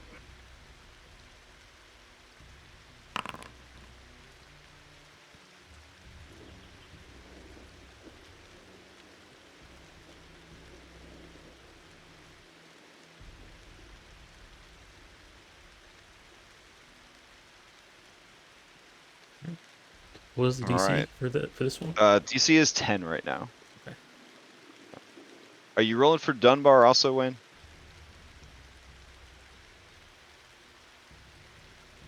You do not need to roll for Kitten, since you have been carrying Kitten.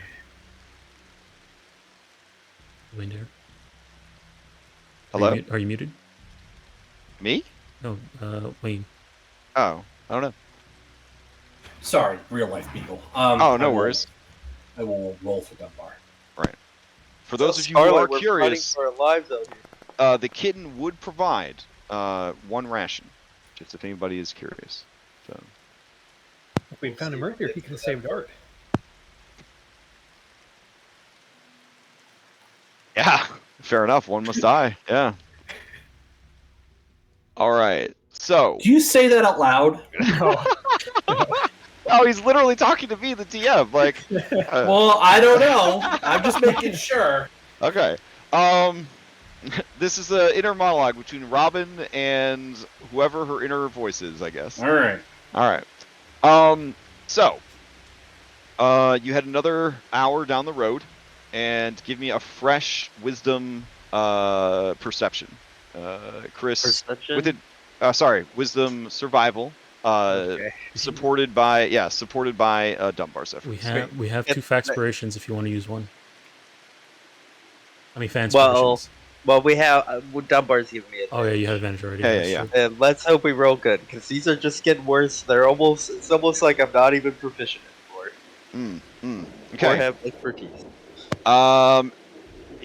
It's pretty much what you saw before, except there's a bit more cover. This might do, but I got the same feeling.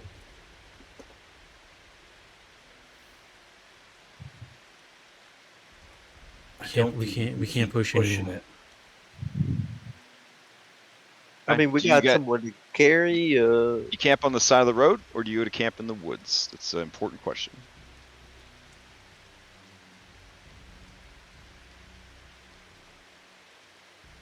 The large boulders or cover, was that by the road or like in the forest?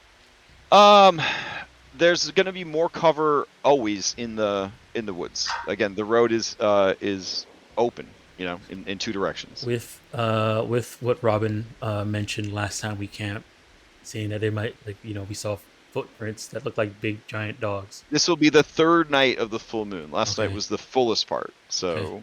There's still And we full did moon. see like huge wolves that first night as well. Mm-hmm. Here, I'll add a poll, and democracy can reign. Can you put on that poll, keep marching? Well, I'd have to delete it and start over, but let's see. I don't think anybody would vote to keep marching. Oh, Chris. All right, we got 2 for Well, woods. you'd be in that by yourself. Anybody else? I need all the. Okay, so we're going into the woods. All right.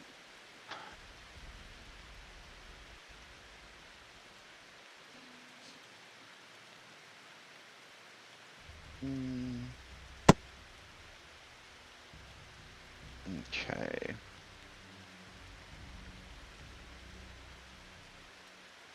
Let's see. All right, same as before. Let me check the settings on the map to make sure it actually lets you guys see what you're doing. There we go. Turn off that. Turn up this. There we go. Put you guys on there. There we go. All right. Everybody sees the map? Mm-hmm. Okay, cool. Before we take the short rest portion of the thing, Chris, can you take a look at this wound? Yeah. To make sure it's not infected. Not like there's nothing we can do about it. Yeah. He says, this is 6 charisma. Okay. Anne, send me a private Constitution save. All right. Yeah, blind GM. Save Constitution. Oh, let me see something here, just in case. I'll use one of my inspirations on it. This will be at advantage. Okay. I don't know, and I mean, I feel like there's something that we can do to. And I was asking if you can heal me before we rest. Oh, okay, fair enough. No, but it is good because this is something that would actually need to be checked. Mm-hmm. Because of the importance of not knowing, can you give me a fresh roll, Chris? That's private. a private medicine roll to see if you know if Okay. anything's wrong with the wound or not. Is there like a? Can I shift click it, or do I have to? There's You a- just click the click little the goat? dude in a little Okay. trench coat down there. Oh no, yeah, the ghost. the ninja itself. the ninja mask. Oh, ninja mask. My bad. Yeah, that would be he sees it only. Okay. Honestly, it's a little warm to the touch, but should be okay.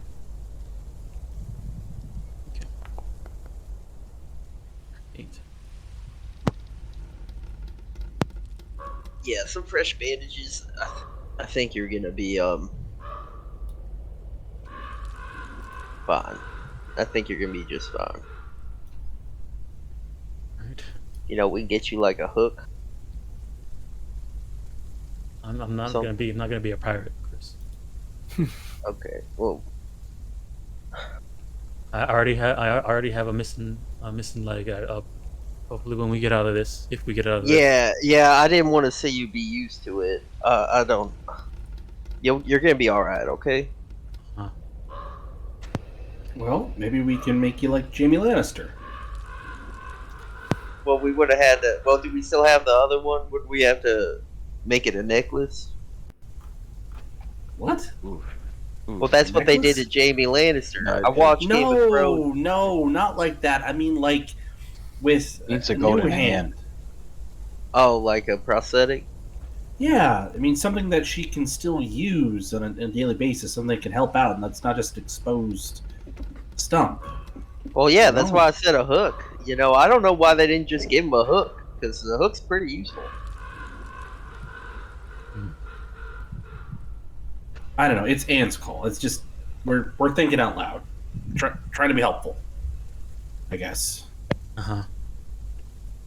You know, I didn't really see that one. I get a chance to see the Game of Thrones. Everybody tells me I lucked out not seeing it because how bad it ended. No, It's complicated. you lucked out not seeing the end. You missed out Okay. not seeing the beginning. Oh. Well, you know what? I'm gonna put it on my watch list. How's that for optimism? Fair enough. All right. Make camp. I need at least one of you to give me a survival. The survival can use strength, intelligence, or wisdom.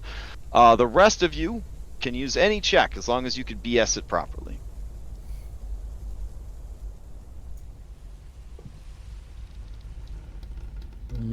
Chris, you want me to do the survival? You're Oh. pretty tired.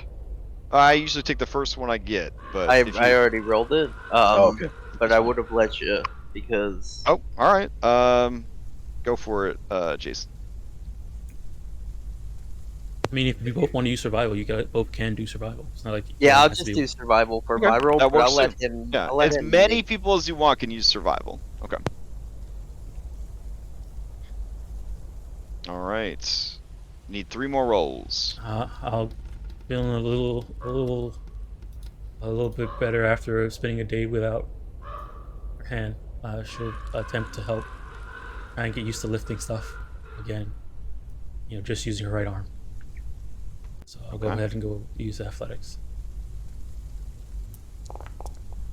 Okay.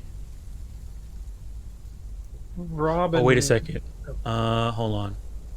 Carrying capacities have disadvantage on relative heavy lifting checks. Strength score might. Okay, never mind. That'll be a disadvantage. Robin will try to use her athletics maybe to see if she can, I don't know, help secure the camp a little bit more since it doesn't seem that secure. You know, if there's any Yeah. any moving nearby sticks. wood, she can, Yeah. she can make little stakes or whatever to set up little blocks or, you know, pull brush in the way to make it harder for somebody to approach or that kind of stuff.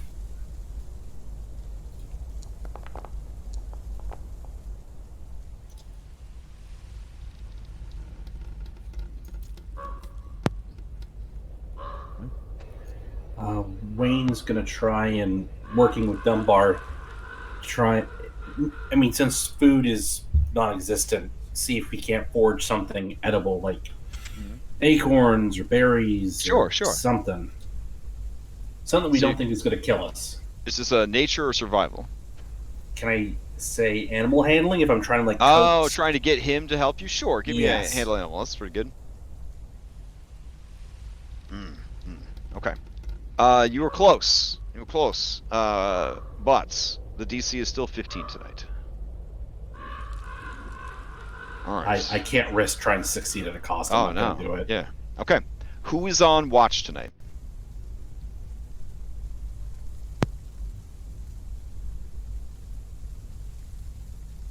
I can do it if you want to rest, Robin.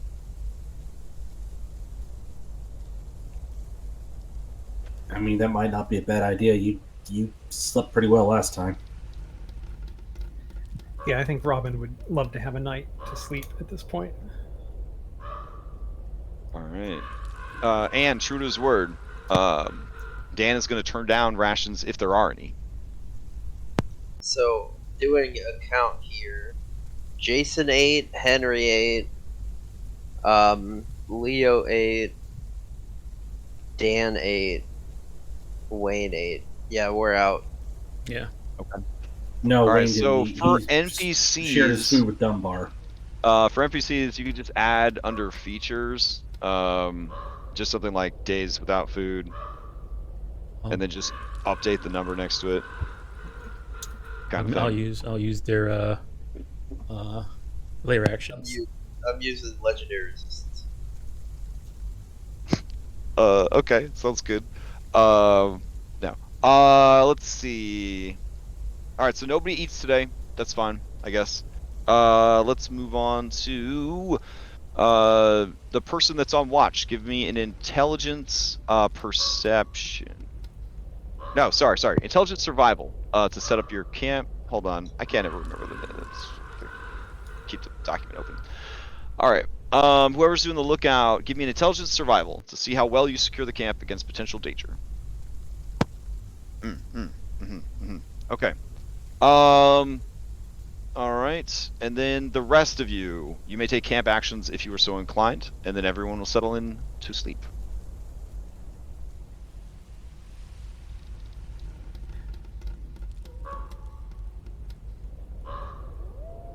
Short rest.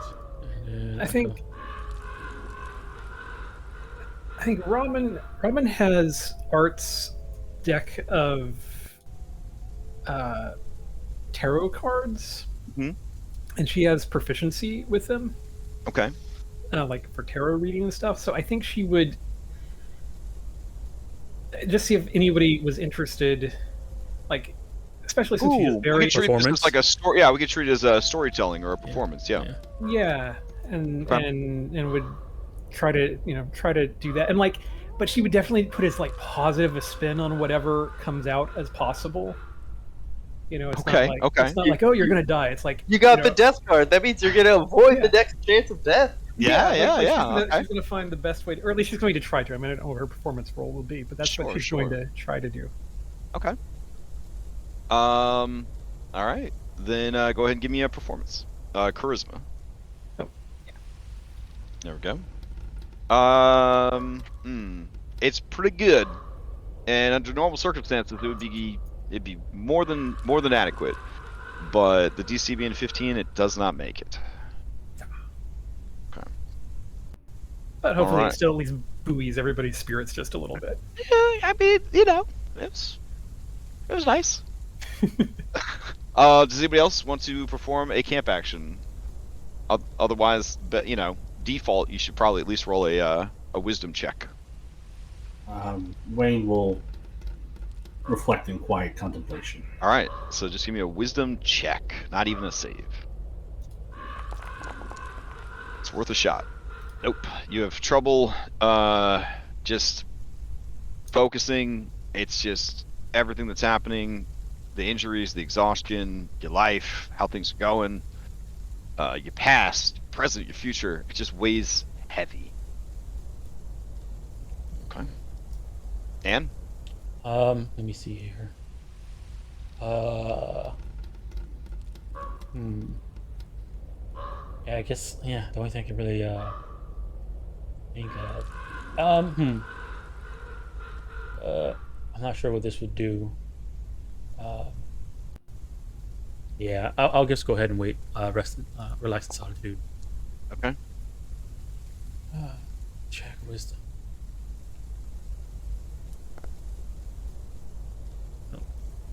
Okay. And then Jason, is there anything you'd like to do?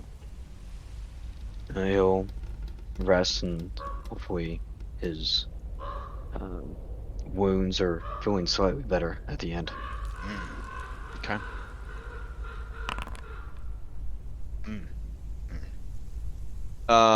Yeah. It's overall just a miserable evening.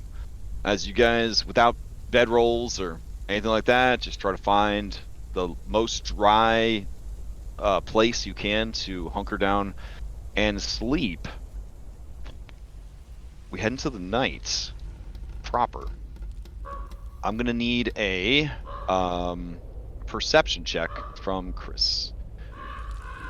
But this will be at disadvantage unless you have a light source. Even with the dim light from overhead, dim light still causes Use the inspiration. We have two. Oh, All right, we Okay. have one now. All right. Let's see. Hour to set up, then you go to sleep. 1, 2. Okay. Heading into the evening hours. All right. Close to 8 o'clock at night. Chris, you hear it. Before you see it. It sounds like a frog, but a very big frog, and a very grumpy frog. Is it coming our way? It is. Otherwise, I would just try and hide. It does seem like it is heading towards you guys. All right, then I'll start waking everyone up. Oh, okay. Not tell them to be quiet. All right. Okay. You quickly start to wake everybody up, and let's see. Ooh, okay.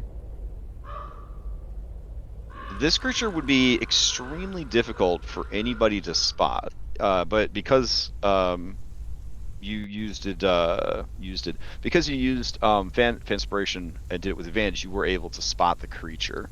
The rest of you, in fact, including Chris, it's outside of your passive perception to see this thing.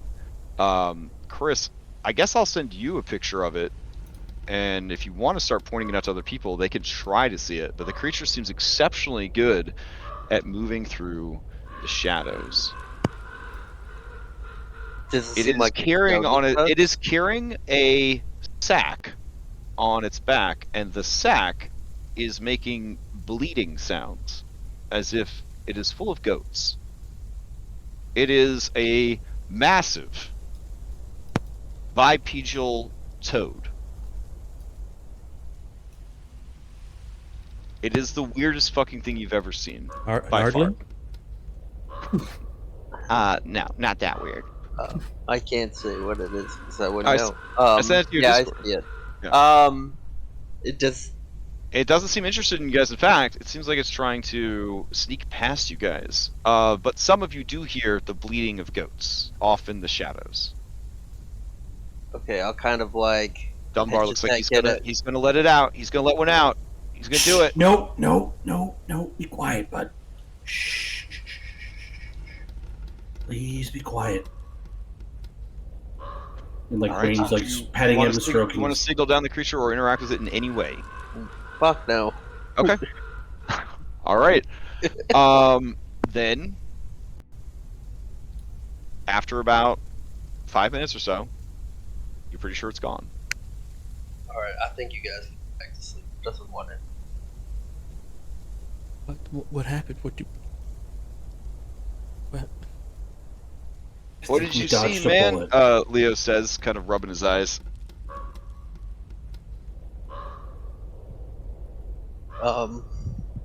It was kind of like a giant frog, but it was like Like a Jurassic Park frog? Like, What? well, no, I don't.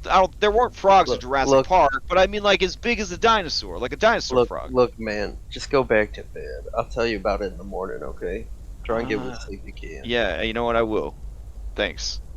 And he pulls the leaf, the big leaf that he found over his face, and he lays back down in the mud.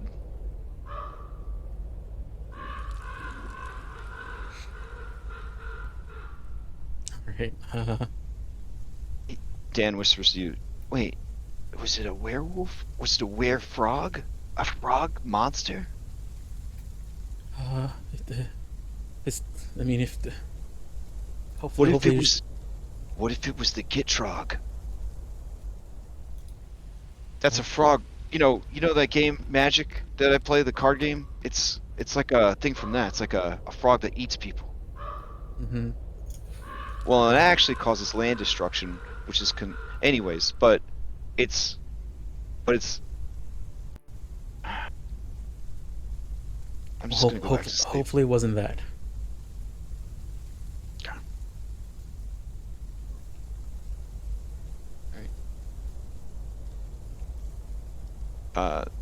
Henry walks up to you and he says, "A giant frog? You making stuff up so people don't get scared because this is so ridiculous, or?" I wish I was, brother. Was it scary looking? I mean, it looked mean. And it was big. How big? How big was it? It was hunched over because it's a humanoid frog, but you would say that it is most assuredly a large creature, so it was about 12 feet. It's like 12 feet tall. A 12-foot tall frog with goats. Yep. Okay, so we know there's goats. That's good. It's good. We know there's goats around. Shh. Sorry, but yeah, there's goats around, son. Yeah. If it gets real They- bad, hey, Maybe we could have bartered for one, but I don't think we wanted that thing I don't anywhere near us. think that those Conan guys were on the up and up. We should have reached the village by now, based on what they said. Yeah, Maybe a mile's different here. You know how like years are different in the Bible or whatever. could be, but we'll keep walking. That girl was going somewhere. Yeah. Kind of wish we had followed her. All right. Hey, Get some yeah. rest. I'll be right next to you. Wake me up if you need anything. Okay. Everybody heads back to sleep.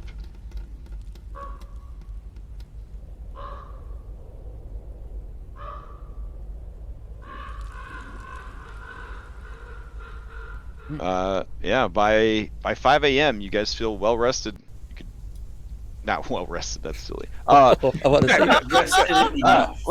That's the dumbest shit I've said so far. All right. Oh. So by 5 a.m., mechanically, you have fulfilled your sleep obligations to the game's rule system. How's that sound? Mhm. You feel fucking terrible, and you have to roll a saving throw to see how you're doing.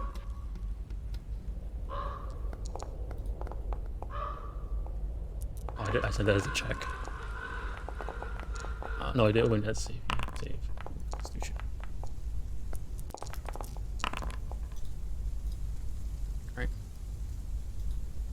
All right. So the DC is a 15 to be to get a decent night's sleep and get an extra hit die. So if you do make that Constitution save, you have no injuries that are affecting that or anything. Heck yeah. All right. Back to the travel map. We can leave Art behind. So Oh, yeah. we buried him a while back. Okay. Did you bury him along the road? No, not like right next to the road. Like any The first campsite we found. Oh, the No, first no. It wasn't that far back. We walked 8 hours.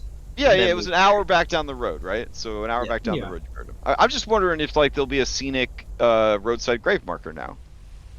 I would imagine like Robin would have fashioned believe it or like a little not, cross or something. that's actually pretty common in Barovia. All right, then that's what. Since we passed I some mean, of them, I guess that's what we'll do. Yeah, I know that's a little hard to believe, but yeah, it's actually a pretty common thing. if we So. saw, I guess, yeah, if we saw something like that, because we were Well, looking you for a haven't graveyard. seen one yet. You haven't noticed one yet, but meta, it is a pretty common occurrence. It's actually one of your random encounters you can get. Now you've added one to the world. You're making a difference. All right. Hey Crash, can I ask a favor? Sure. Can you when Daybreaker runs into that random encounter, can you make it be Oh, make it Art's grave. Mhm. Oh, hell yeah, All that's right, a good thank idea. Thank you. Okay, no problem. All right, back on the road and continuing your travel. Here we go. Let's see. Jason would kind of like hobble up to Chris and kind of like pull him off to the side a little bit as we're walking. And like, if we don't see this village, like, by midday, maybe we need to start thinking about a backup plan. All roads lead to civilization, my friend. All roads. Well, I'm not sure if that's exactly true in this case. All right. So as you guys are walking along the road, the rain lets up. You see that weird fluorescent light of a sun trying its best to light the world from beyond the clouds. You keep walking. What is with this place? Is there any way we can tell we're actually walking in a consistent direction and not like in a I mean, loop? the road's straight, right? So that's straight, right? All right. If you have an ability or that would allow you to always know north, then you would be confident in the direction you're going. Otherwise, you could assume and that the sun is rising in the east and setting in the west. Yeah, but we never see the sun. That's true. That does make it a little tricky. Yeah. Yeah. How about I'll spend one of my world tokens for a compass. Oh, okay. Like a real world compass that you can. All right, that's cool. Yeah. Yeah, that way we can always tell we're heading, southeast or Absolutely. You have been east. You've been steadily heading. Yeah, because the compass does go off the magnetic points, right? Yeah. Oh, damn. Assuming the magnetic field is the same in this world. Yeah. I'll risk it. That's a great question. Oh, man. Does the compass works by detecting and responding to the Earth's natural magnetic fields. Well, they don't have magnetic fields here. They have ley lines.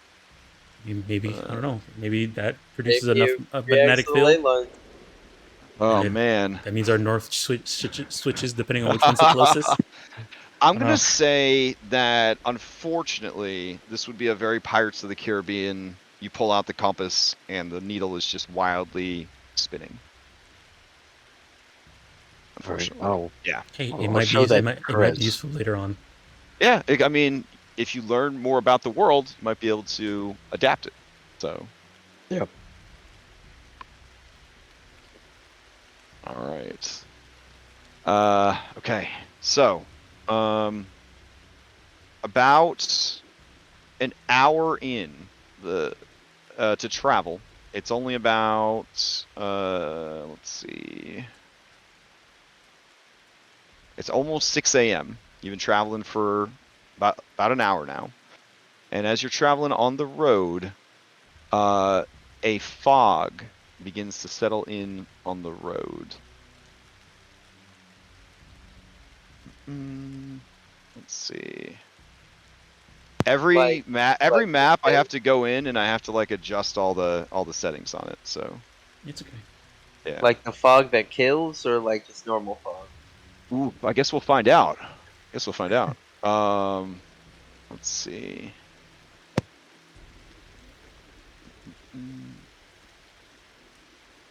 No, this fog is different. This fog is a very kind of dark gray, and it almost has sort of a reddish coloration to it, like blood.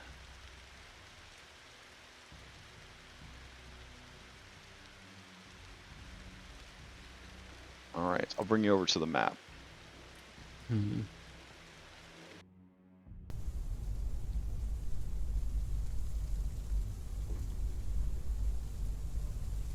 Okay.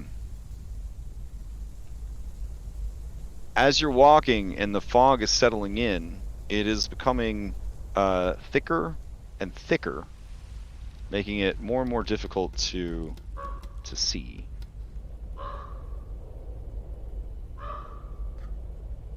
Okay, everybody, be careful.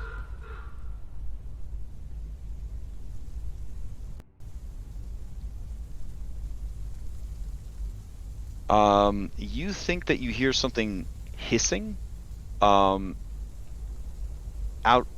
in the mist. Just a low, almost like a serpent, but it kind of also has sort of some velociraptor undertones. Right, The scene is basically completely black for me. There's like a little yellow circle. For me, it looks like you made it so that we only can see 20 feet away around us, right? About 30, yeah, about 30 feet around. Yeah, so make sure you have your character selected so you can see. When you select Robin, do you see around you at least the other characters and stuff? Yeah, I can see the other characters. I just no map detail. That's fine. Oh, no map detail. Okay. Basically, you're on a road, and the sides of the road are marked with large stones.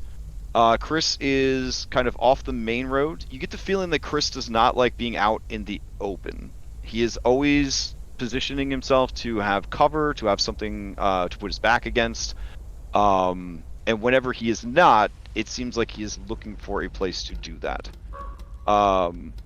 If Henry would probably notice you guys noticing that behavior and just say war stuff.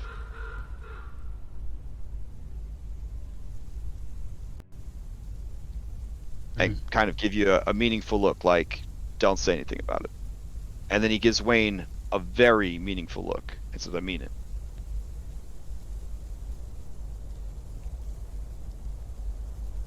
Alright, you hear that hissing. Right, Anne's gonna draw her dagger and just keep it in hand just in case. Okay. Alright, Jason, you see it first coming out of the mist, or actually you see the mist forming into it. It is like the upper body of a skeleton if the bones were made out of concentrated mist. It has long arms and sharp talons and a skull-like face with glowing eyes. And it rolls into initiative. All right. All right. Would call out to let everyone know it's off to her right, near the road. In that case, Wayne will draw both his pistols, turn to the mist that's been pointed out to him, and say, "I'm your Huckleberry."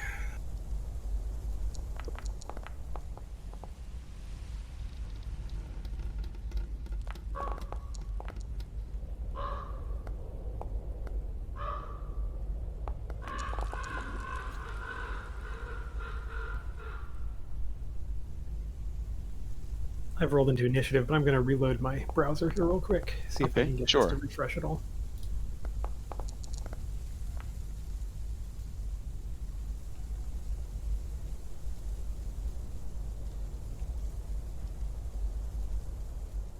You can move wheel. I'm not sure what I was thinking there.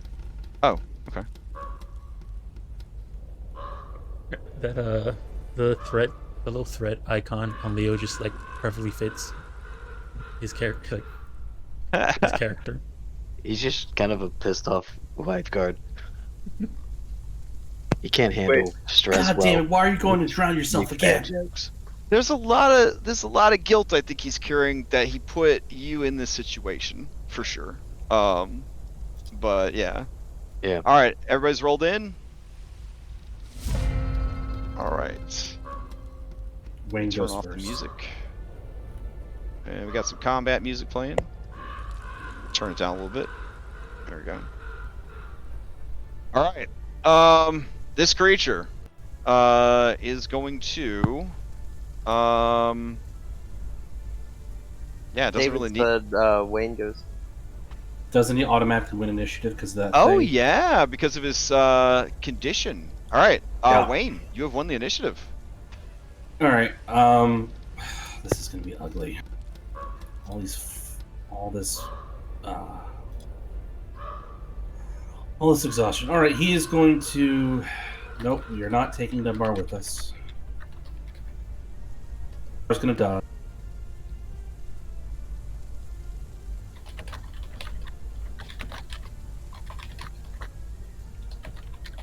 Wayne is going to, like I said, he's going to step away from the group, draw his pistols, and I'm your Huckleberry, sort of. And somebody's like using their chunky keyboard to type a Yeah, live blog post. Oh, sorry. I and thought he's gonna attempt to shoot this thing. Okay.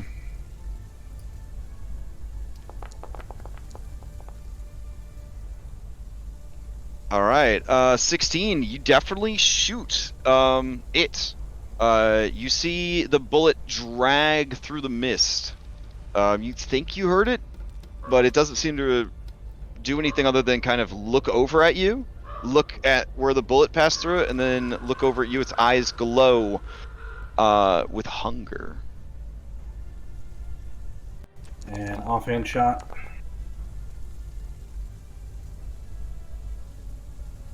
Does 11 hit? 11 does not hit.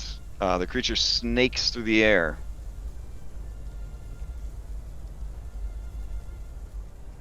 All right, I'm gonna use the rest of my movement to back up, Okay. and I guess it's gonna steal. It is definitely going to steal. All right. It lets out a hissing sound that now sort of sounds like steam escaping from a tea kettle. And it floats through the air towards you. Thusly. There we go. I guess, Chris, you would finally see it for the first time. The creature is, I suppose, flying is the best way to describe it, because it's made out of mist. And as it moves towards you, let's see. Okay, it is going to attack you with its blood-draining touch. Oh wait. Oh, I forgot. This thing is amorphous, so it will actually move into the space with you and start to surround you. All right. Okay, and it's gonna try you. Its blood-draining touch on you. Does a 12 hit? It does not, thankfully. Okay. All right. Because that Then would have been fucking it. you don't take 21 necrotic damage. All right. Play passes. I don't know. It'll pass to Jason.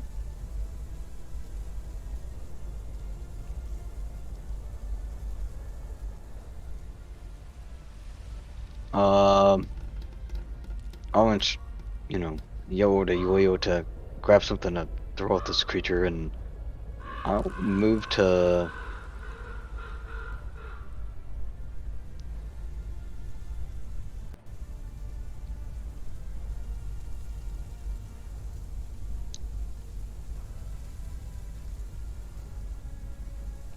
Yeah, I'll actually move up to it, and yell for Wayne to duck, and I'll try to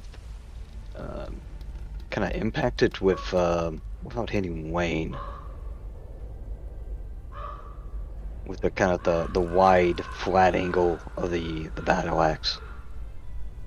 Okay.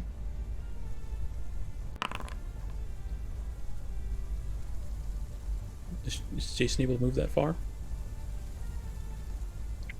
With his busted No. leg and stuff. That He's got is a good 20-foot speed. question. Okay. Let's see. Is that 20 no, I feet wouldn't though? have. Oh no, you wouldn't have been able to make it. Yeah, wouldn't have made it. All right. That's my bad about that. I'll move in front of Robin then. Okay. And Hold an action. Or what? What are you gonna do? yeah, I'll hold an action if another one. I'll keep a lookout to see if any Fair enough. another one comes out. Okay. Leo will be picking up some debris, and then we'll give it a chuck. See if he can impact it.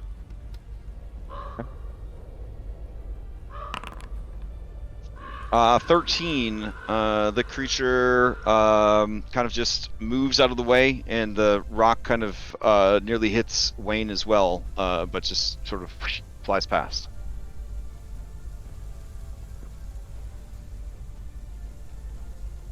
I'll pass to Robin. Okay. Play passes to Robin. All right. Robin is going to run up to this thing. She's just going to yell at it, like, get away from everyone. And she's going to use her Warden's Grasp on it as a bonus action.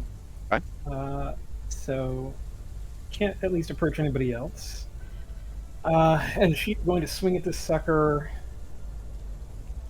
with her great axe, I suppose. Okay.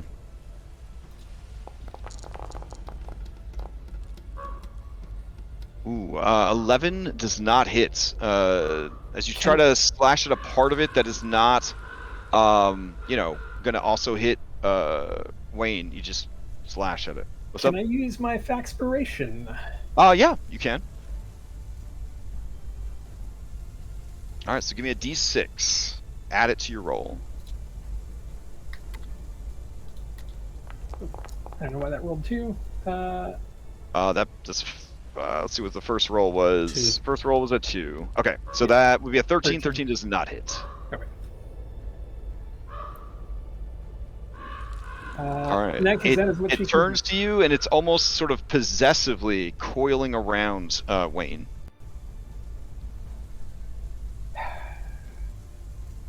Well, she will pass to Chris, I guess. Okay. Alright, Henry's gonna rush up, and he's gonna bonus action shove Wayne Okay. out of the creature's space. Ooh, okay. So he does this as a bonus action. He's pushing Wayne 5 feet back. Wayne can choose to fail if he wants. I will let myself get pushed. Okay. Do you still want the roll for? Yeah. Do you still want the roll for? Oh yeah, if you do anything besides. Oh dodge no, I dash, meant yeah. the athletics to push. Oh no, you don't have to make the athletics check. So if he's gonna automatically fail, that's fine. Yeah. Okay.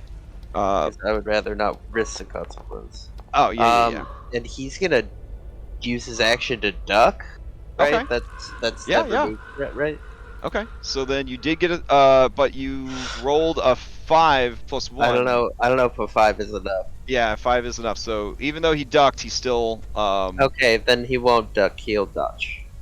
But you would have rolled that till the end of his turn. So you would have ducked, had 0 threat, still rolled because you. I performed thought an it was bonus action. Roll a d6, action. and then to remove it. Gotcha. yep. Okay. Yeah. So then at the end of your turn, then you would now you would roll another d6 to see if he generates aggro. But he doesn't have any threat yet. So I'm I guess confused. It's the bonus action shove button threat, Okay, right? okay, yeah. Then you wouldn't have had any threat yet to get rid of with duck. So you would have just dodged. I understand what you're saying. Yeah. Yep. So just dodge and then give me the d6 roll. Well, he isn't dodge a normal action. Yeah, but if the But shove the wasn't. I rolled the d6 for the shove. It was the Okay, 5 then plus yeah, 1. then you have aggro. Yeah. Yep, Okay. he has one Okay. aggro and then used his action to dodge. Gotcha. Sorry. Okay. And do you move away from the creature? No, or no. That Okay. was an accident. Okay. All right, cool. Who do you pass to? Anne to finish the round? No. Chris is gonna take his Oh, right. I'm sorry, I accidentally am raging and shielding. I'm fine. Everything's fine. I'm sorry, I'm delayed. Yeah, Okay. Chris is gonna shoot. I don't. The hidden was just for effect. I'm not actually trying to hide. Here's my action shoot. It's a 14 hit. 14 does not hit. Oh my god, we're dead. No bonus actions yet, so he'll just kind of like get a better shot, line up for a better shot next time, and I'll pass to Ann. Right. Not seeing. Since this stuff has been so far ahead, all she's been seeing is shooting and stuff like that. What she'll do, she'll kind of run up next to Jason to try and get a better look, seeing the creature there. Let me see here. Has anybody yelled out anything about what they, things that have happened as they've been doing actions, like the gun, like? You heard a gunshot. Yeah, you definitely heard the gun. Yeah. Okay. All right. I think Robin yelled out. Robin yelled something like, "Get away from him," or "Stay away from everyone." And Wayne said something about huckleberries. I don't know. Yeah, All right. and Leo can't do anything without talking. All right. Let me see here. I can move up 30 more feet. Or I can.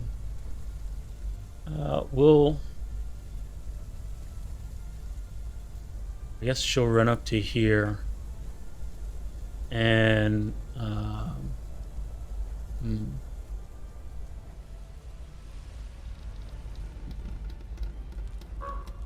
Okay, can I? I don't know if this is gonna work.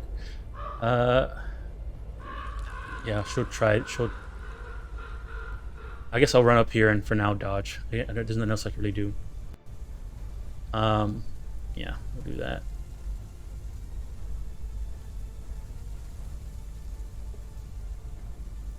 Okay. And then Dan will move up so you can see. And then after seeing it, he'll go ahead and dodge too. All right, and then I'll pass to. As you are ending your turn, let's see.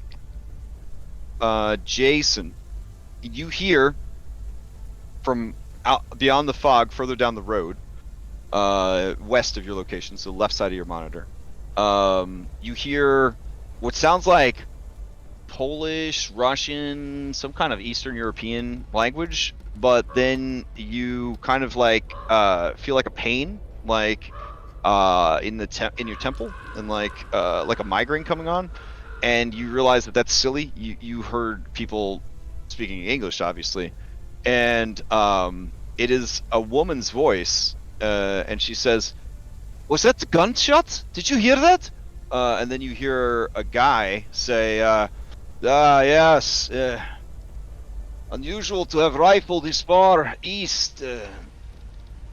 It came from the Bloodmist. We can't go in there." And then the other voice says, "We have to go in there. Obviously, there's people. We have to save them, huh?" All right. Who do you pass to, Ann?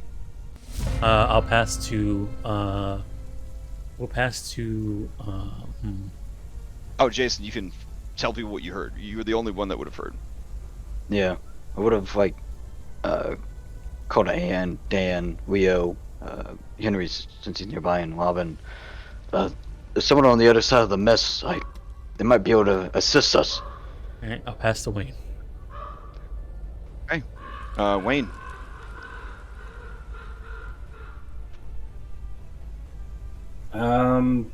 Wayne's gonna disengage.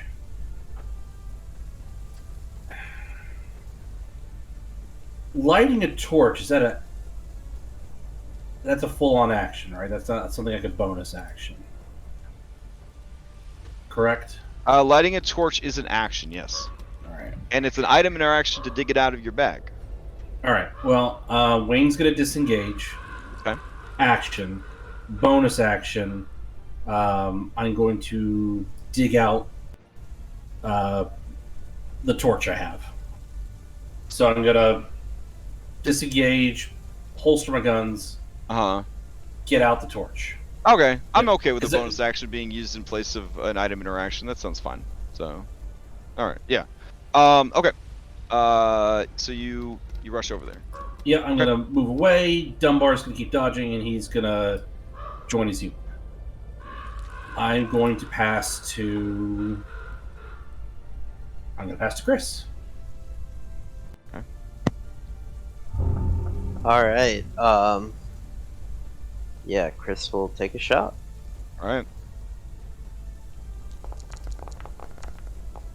And miss. Okay.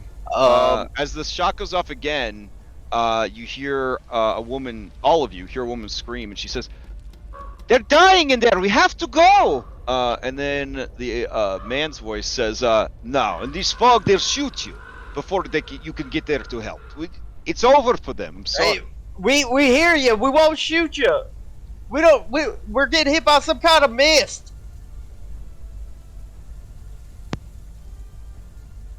It is a blood mist. Drink some holy water. We don't have water. You don't have any water, or don't have any holy water. We don't have any water, let We don't alone have holy either. water. Oh, morning, Lord, be blessed. And you hear the woman say, well, I guess Jason, with your with your highest passive perception, you would hear her say, "We have to." All right, Chris, what do you do with Henry, and what do you do? Henry is not going to leave Robin's side, but Okay. he understands the bullets aren't very effective against this thing, so he's just going to keep dodging and trying to not get hit. Got the hand axe. Look, it would be so pitiful. He'll dodge. Okay. And I will pass to the strangers. Oh, okay. Man stranger or woman stranger? Ooh, well, the woman stranger seems like she wants to help the most, so I'll pass to her. Okay. All right. You hear her call out, "I'm riding into the fog. Call out to me so I can follow your voice." We're over here. Marco. Your name is Marco. Oh, all right. Marco, No, I'm coming. No, Paul. No. You say Polo. Marco. Chris, his name is Chris.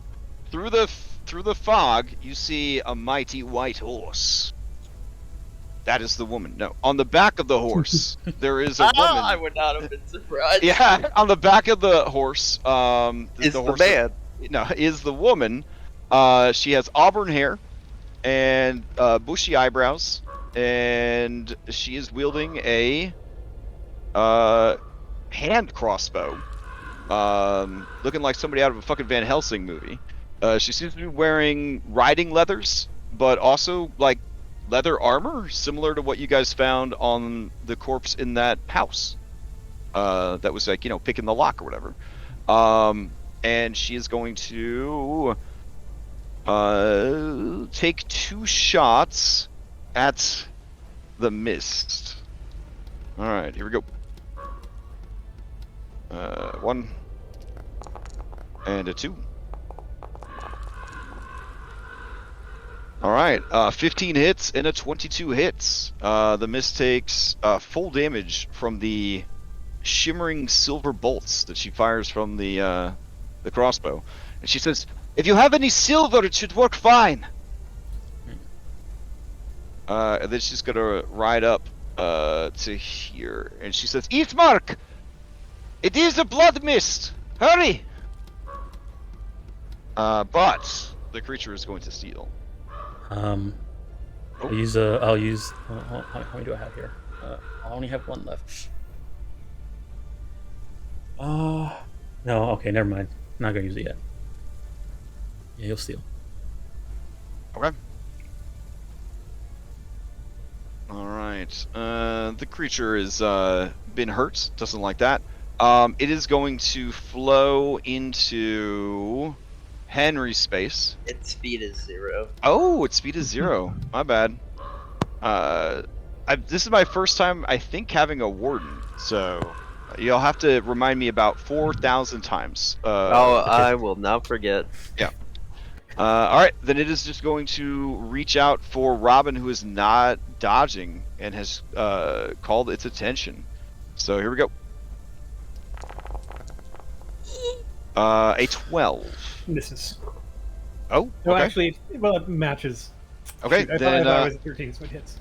yeah. So you take 13 necrotic damage, and your maximum HP is reduced by 13, and its maximum HP and current hit points are increased by that amount. That's not good. That's not good at all.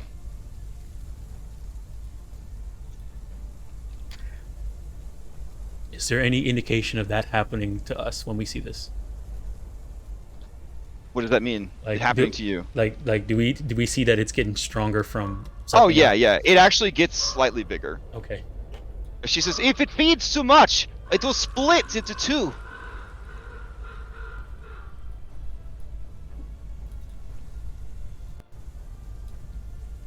Do you not have any holy water with you? No. I think we should run.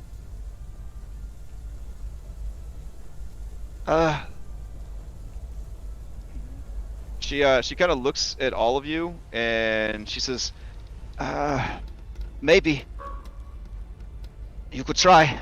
I can take 1 or 2 of you on my horse. Take him. She points to Dan. She says, I'm not leaving you. I don't want to leave fucking you. Go. You're in no shape to fight. Do what your sister's asking. Stop arguing. Go.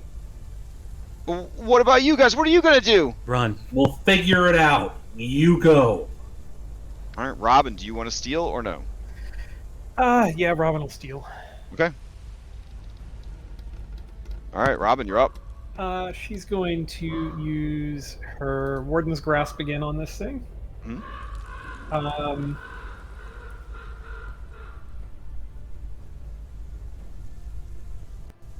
Let's see. She will. Oh shoot! Sorry, I'm fresh to these NPCs. Yeah. She would have used this on the creature, so the next attack against the creature will be at advantage. Got it. Okay.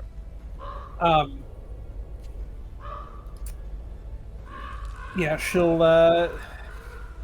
Yeah, she's just gonna yell. She's gonna say, "Everyone, get away from this thing! I'll try to hold it here while you run." And she'll swing again with her great axe, I guess. All right. A 13 does not hit. Can I use that Faxpiration again? Oh, it's once per session. Once Oh. per session. That's right. Yeah. You could succeed. Anyways, all right. What do you do, Robin? I mean, that's the end of her turn, so she's going to pass. I guess to the other voice out in the mist. Okay. All right. He says, "Don't shoot me! Do not shoot me!" See, another horse comes riding in. On the back of this horse is a muscly dude with a bushy beard and long blonde hair, piercing blue eyes, and shaggy eyebrows. He is also dressed in a similar manner, but his armor seems to be a bit heavy, a bit heavier than what she's wearing. He is wielding a warhammer that gleams with silver, and he's gonna bring it to bear on this creature. Here we go.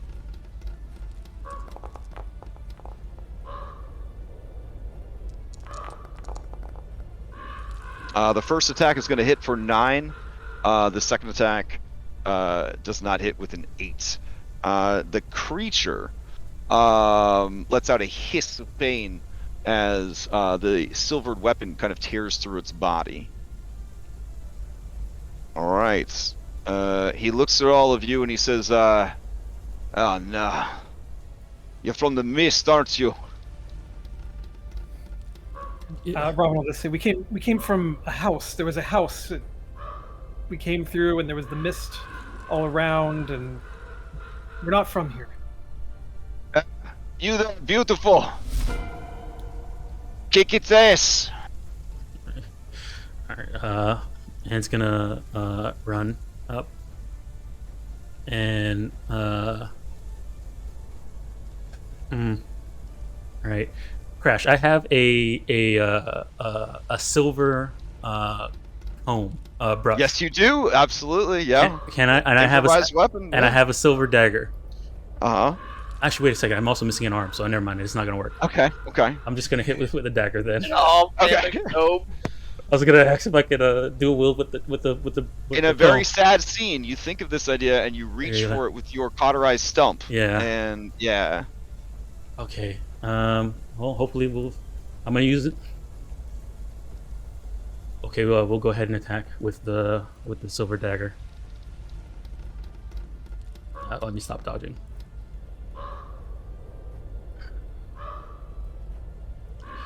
Keep up the pressure. Show it you're not afraid.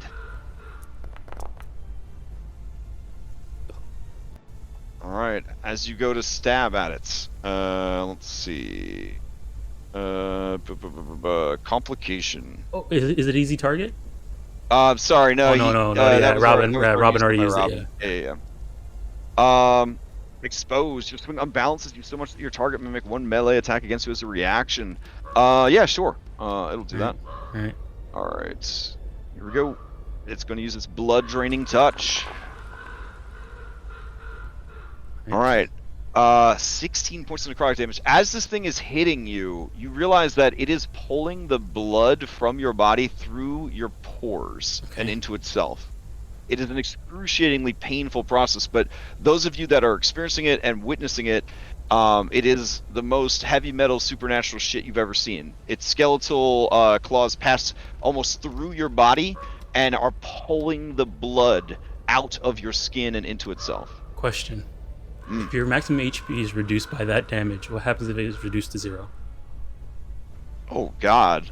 I think you die. Alright, then Anne's dead. Shit. Alright. Alright. You see the creature begin to swell in size again. Alright, Anne, you still got you still got Dan. Yeah. What's Dan gonna do?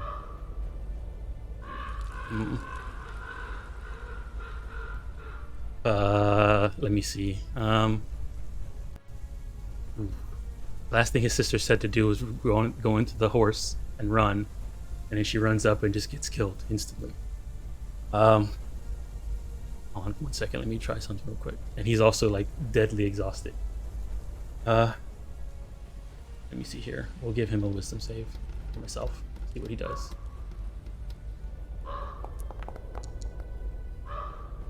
Yeah, he's not thinking straight. He'll run up,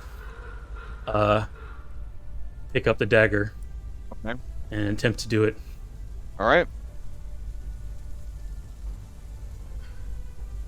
Let me move this dagger onto him.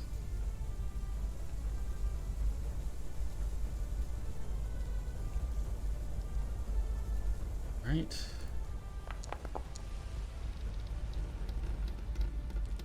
Oof.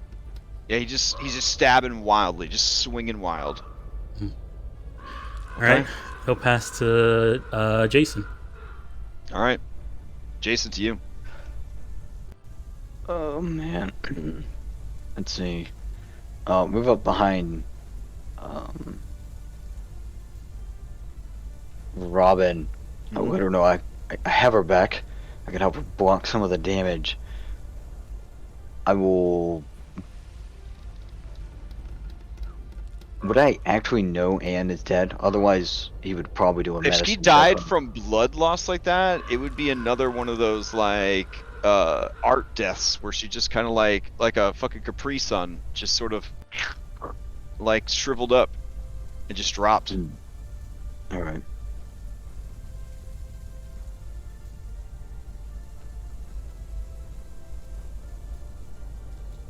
Well, then I would probably. Is it difficult terrain? Are we sharing a space still? If I. I mean, her stand body close is to her? technically difficult terrain, but you could essentially, let's see what you got. You're trying to go. You could jump into the space. If you were to jump into the space, I guess it wouldn't be difficult terrain. So, yeah. All right, so I you didn't know get if to it the was space, effect and then actions taken in that space. all right, yeah, you can go for it. All right. He'll strike at the Okay. the miss. Oh, Yep. oh, all right. Oh, it doesn't have a reaction though, because it just used it for the exact same complication. All right. And then Leo is well, honestly, he's probably the first person to get on that horse. Okay. Sadly Shakes enough. his head.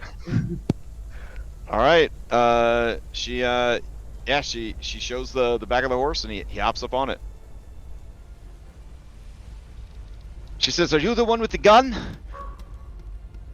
No, he'll point to Henry, the closest one with a gun. Ah, well, he's pretty cute. I think your friend is in trouble. She's looking kind of empty. All right, who do you pass to, Jason?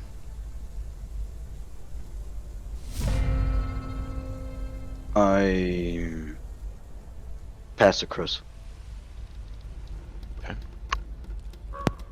All right.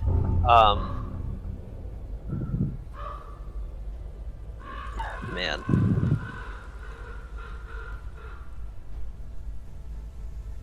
Seeing you and your rifle, the blonde dude says, "What's a Krezite doing this far east, huh?" I'm not one of those. I'm a Texan. Eh? I gotta roll a check. Chris does not like Dan. I'm sorry. He's kind of a pain in the ass. But he does respect the hell out of Dan. Uh-huh. So he's gonna see. What role do you think would be to see if he would try and save Dan or get Oof, Dan if out he would there? if he would just leave Dan there. No. If like I'm. Oh, like torn pull him between away shooting the from the character creature? or like saving Dan. If Oh, well, I'm Anne's in full control of Dan right now, so. Well, I can like use my Well, action to pull him back. Yeah, it's up to you. know. It's up to Chris. What do you think Chris would do?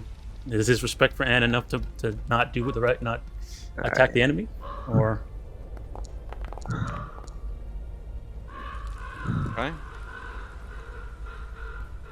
All right, that's not high enough. He'll say, "Get out of there, Dan! You're just in the way." Oh, damn. And he'll take a shot at the. You see in blue font, Dan will remember that appear across the screen. Don't care. Yeah, no, this is the best angle probably. All right. Wow. That's 3 in a row, you guys. Yeah. Fatigue, give me a DC 11 con save or gain exhaustion. Okay, it's just too much. It's starting to weigh you down. Like it's just been too much.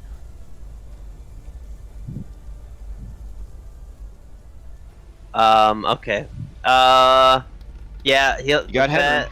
With that, he's got some movement left. He'll just say, "Henry, we gotta retreat," and he'll just start moving this way. And with that, Henry will nod. He'll stop dodging. He'll use his action to disengage. And well, it doesn't have a reaction, right? All right. He sees you leaving, and he says, "All right, are we retreating? Is that the plan? How many of you can run? You need to move pretty quick. We need to. We can run. Who needs a horse? Henry wouldn't take the horse. He's way too proud. So he's got. Let's see here. If you're willing to leave the girl, it will stay to feast." Yeah, she's not getting up. And we'll head this way. And we will pass to Chris will pass to Robin, and he'll say, "Robin, just get out of there. There's nothing we can do."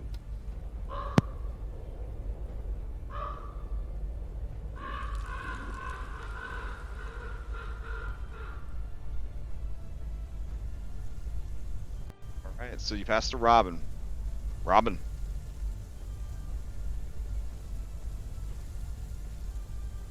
You're muted, Lord. Sorry, Robin is going to kind of look down at Anne. She's going to grab Dan's arm if he will allow the grapple. With a -3 wisdom right now, you're gonna have to win. Okay. You're at -8 or something, so it should be all right. Yeah. But let's see. All right. Let's see. This is just a unarmed strike. Is that how we're doing it you now, can or use are an we doing- unarmed. If you use an armed strike, he doesn't get to oppose. His Yeah. Armor opposes. Or you could use an athletics to try and grapple him, and then he gets his acrobatics or athletics to avoid. You probably have a better chance doing the unarmed strike, but all right, athletics. Got to be an athletics 7. All right, he's not thinking straight, so we'll go ahead and he's trying to pull away fast, so acrobatics 2. All right, you grab him. All right. She's going to grab him and just like pull him over, like away, Okay.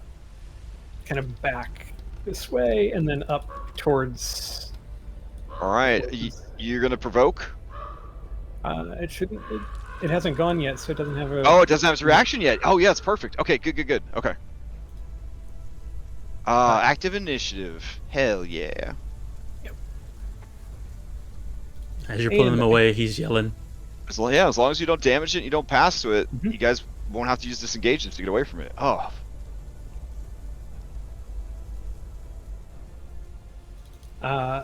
Yeah, I think he's just going to say, if you can, get down on one of your horses. Let's go. And she will pass over to Dan. Okay. As you pass to Dan, Leo shouts out, "Hey Thor! This guy's got a busted leg. He's not gonna make it. Please take him on your horse, please." And Eastmark looks around. "Thor, who? You talking to me? Yeah, sure. You can ride the horse." All right, Dan. All right, let me see here.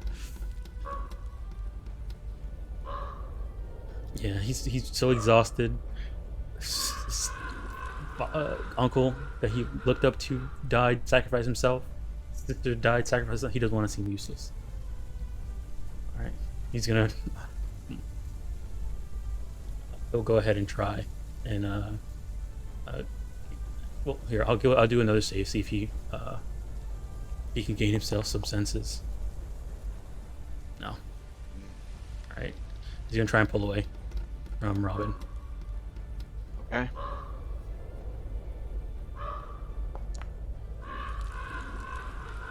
Nope. You can go ahead and roll, but I don't think there's any way you can fail. You can. Yeah. All right. All right. This is actually he just pulled away from Rob. Tried to pull away from Robin, couldn't. He's still moving. Okay. All right. Who do you pass to? I'll pass to Jason. He Dan like passes to Jason, saying, "Kill it. It doesn't deserve to live." The girl with the auburn hair calls out, "It never did live. It is the undead."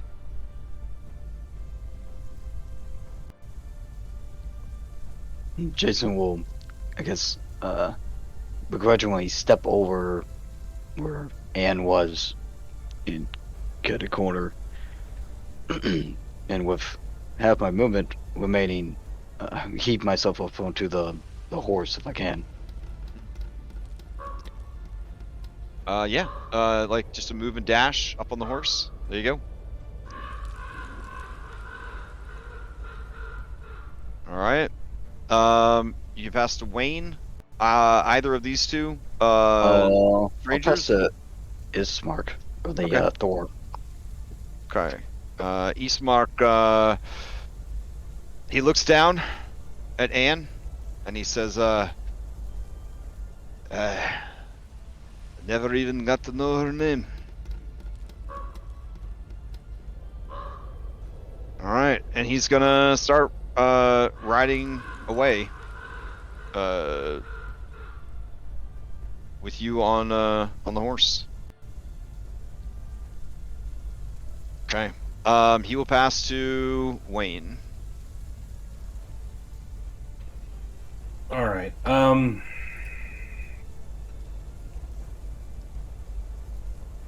Wayne's gonna try and get Dunbar to get out of there.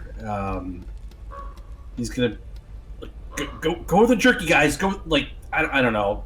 For whatever reason, I just associate jerky with armed services. I don't necessarily know if Dunbar is gonna be compliant, so I'm gonna roll a wisdom check for him. Roll a wisdom save. Sure. Okay. 13 is pretty good for a level 1 character. I would say Dunbar's gonna move and dash to go with the rest. Okay. I mean, he just saw a big horse run. Maybe he wants to shepherd a horse. Well, he definitely knows where everybody's going for sure. Yeah. So he's gonna move, dash, trying to keep up with everybody else. Or he would if I could get him to move. Oh, damn it! I've got the ruler on. Keep doing that. All right, Dunbar's out of the way. Wayne is going to run up to the lady on horseback, and he's going to say, "Do you have any rope?" Rope? Yeah, on the saddlebags. Okay. Can I... Probably don't have the action economy, but I want to try because I want to try and get Anne's body out of there. Kind of sensing what you're doing. She says, "If you take the body, it will pursue. If you leave it, we have a chance." I don't want to disrespect my dead friend. It'll pursue us out of the mist? It gives you a hard look, and she says, "You can take the rope, but we're leaving."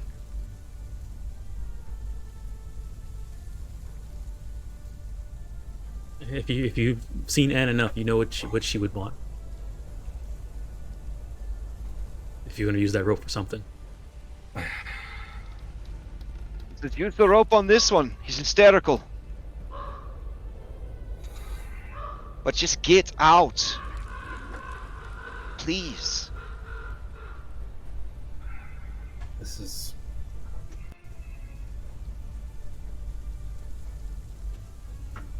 And then Leo looks at you from behind her, and he says, "Wayne, dying here doesn't make you a hero. Living to get the rest of us the fuck out of here, that might." Okay, Wayne's gonna not try and lasso Anne's body. He's gonna grab the rope and try and restrain Dan. Like, tie him up real quick, something. Okay. I mean, a quick assessment, Dan has 7 or 8 stacks of exhaustion. He has nothing in the tank. Yeah, like, you guys right. can, you There's guys no can way. pick him up and just carry him away. And he's Yeah. grappled at this moment. Yeah, so. yeah. All right. There's no way he's getting away. It's just a matter of getting him. You can kind of calm him down and make him run, but All right, in that case, Wayne would try and calm Dan down and get him to run. Okay. Dan, we have to go, man. He's gonna like grab him by shoulders and try and make eye contact and say, I don't like this any more than you do. I can't imagine what you're going through, but you can't mourn your sister if you're dead. You can't make something of her memory if you're dead. We need to leave right now. All right.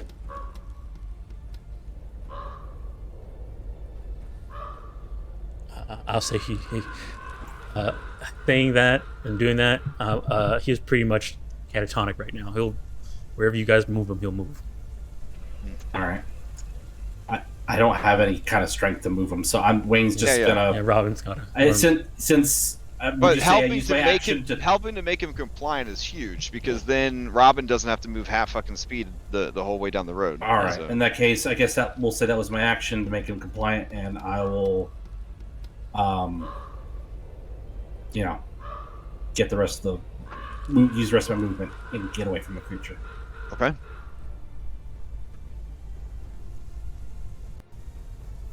And then I will pass to Irina. Right. Let's see.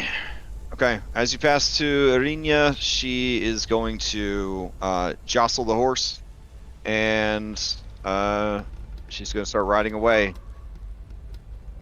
And she says, just keep your eyes on the road in front of you, and just keep running. Do not stop until you are well out of the mist.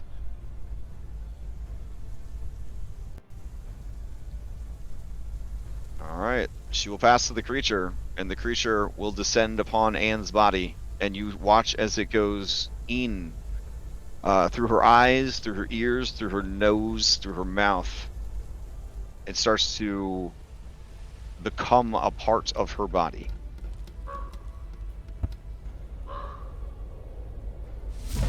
Alright, they will pass to Robin. Robin is gonna just kind of holding Dan's hand. She's just gonna say, "We have to run," and she's just gonna like start running and like dragging him. And if he's kind of complying with whatever movement, Yeah. Whatever you do to him, he's doing. Yeah. So, like, she's just gonna go as whatever speed that is that she can move. Yeah, sure. Okay. We'll use... assume that as long as you pass directly to him, you guys are moving like the same speed. Active initiative magic kind of thing. Okay. Yeah.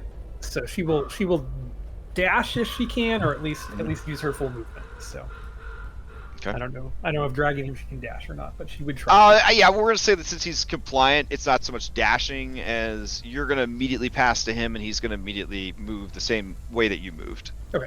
Yeah, it's something that would happen in real life and in a movie and anywhere else except turn-based Dungeons and Dragons. You guys essentially move together at the same speed as you run down the road. Yeah, and she'll just yell to everybody else like, "Let's get out of here!" And pass to Dan. Okay, and Yeah. Dan, who do you pass to? I'll run, follow, and then I'll pass to Chris. Okay. And then Yeah, Chris and Henry are both gonna dash. All right, Chris, as you start to move away, you hear behind you in the mist the cracking of bones. He will make sure he doesn't tell anyone.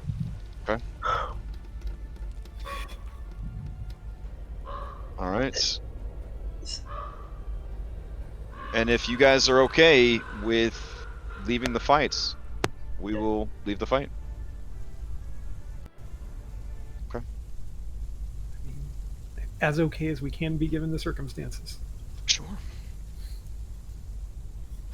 All right. Anne, if you could come into private chat. all right.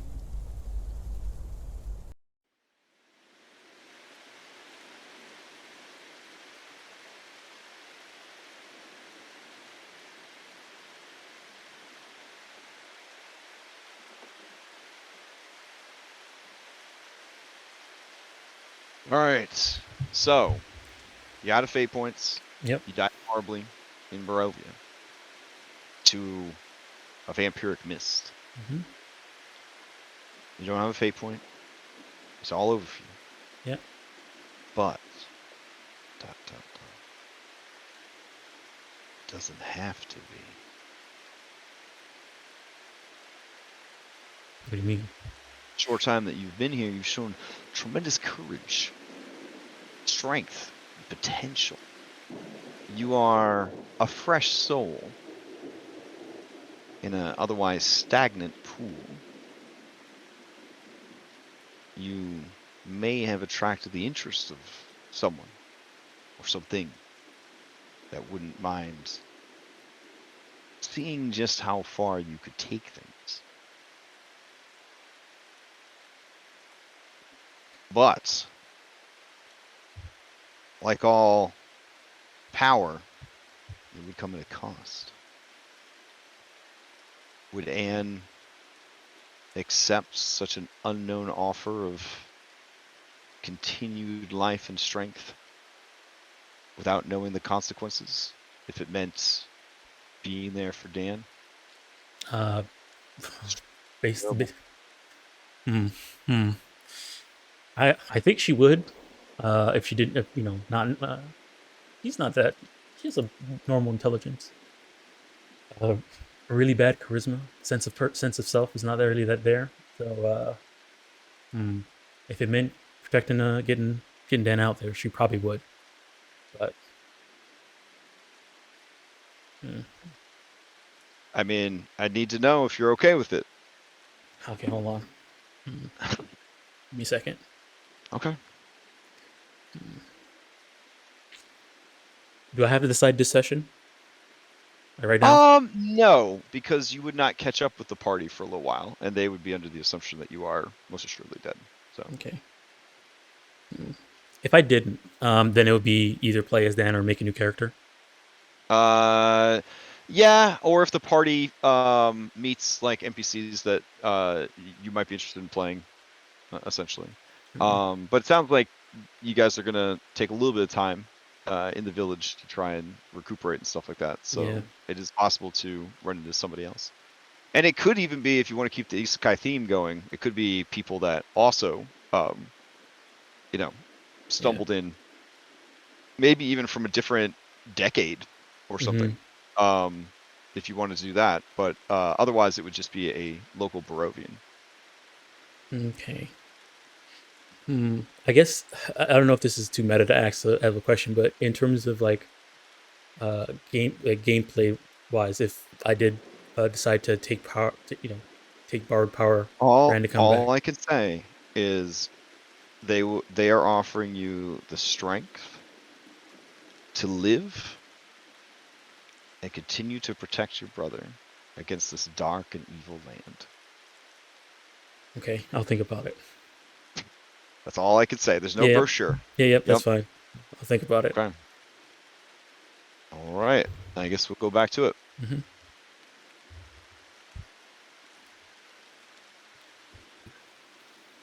They seem better than the barbarians. Remains BC, they just saved our life! We're sitting here debating whether or not they're actually the greater good or not. I mean, we're Come full circle. in Barovia. Like good is shades of gray, right? I mean, this Absolutely. is as good as it gets, but probably. Right. Let me put on some different music.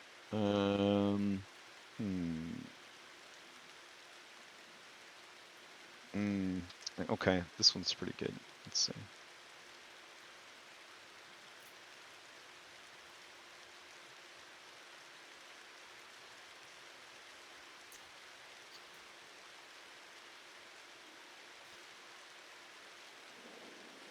All right. Also, if their horses randomly transform between scenes, just ignore that. So, yeah, their horses don't have registered actors, so they might just randomly change. All right. So you guys run, and those of you that were on the horses, you make it well before the others because horses are dope. And yeah, as you approach, you see the woman is talking to Leo, and the woman, hold on, I gotta fix something. The woman, the man are talking to Leo and Jason as you guys would walk up. So in the time that it takes for everyone to catch up with the horses, which might be a minute or so, Jason, do you have anything that you say to them, or? Well, that was of course, one. Thanks for stepping in when you did. You, from the nearby town? Yeah, the man says, da, the village of Barovia. And the woman says, see, we saved their lives, Ismark. We did something good this day. And he says, da, you're right. It is hard to find hope in these dark times. I'm glad I listened to you. You are always the shining sun on this cloudy day, sister. It looks like your friends made it. Sorry about the blonde woman. She seemed very strong. She was one of the strongest I've ever met.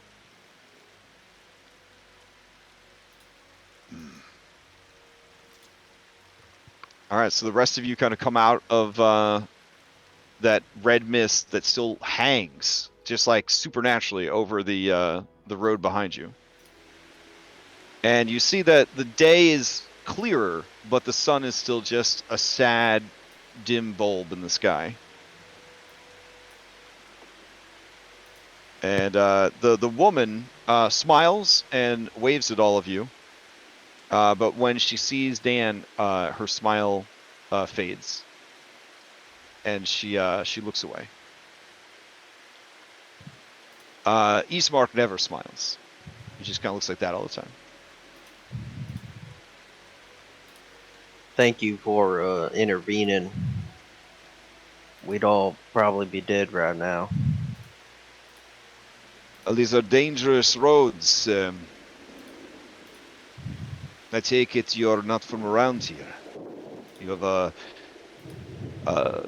the look of a Krezite to you, but you definitely sound from away. Yeah, I'm from Texas. That's nice. My name is Ismark Kolyanovich. This is my sister Irina Kolyana. It's a pleasure. And Chris will like tip his hat. You're pretty fortunate that we were this far away from the village.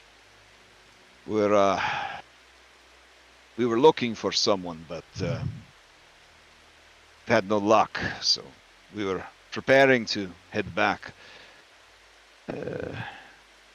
If you push hard, if we join you? You mind if we accompany you to the village? On foot, with your injuries. Well, I'm fine. Some of us are fine, but you could at least take our injured.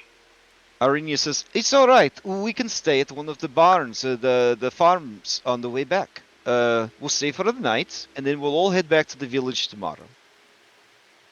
It's only a few hours till the outskirts. Well, would that work for everyone? You said it's a few hours to the barn or a few hours to the outskirts? A little of both. We can manage.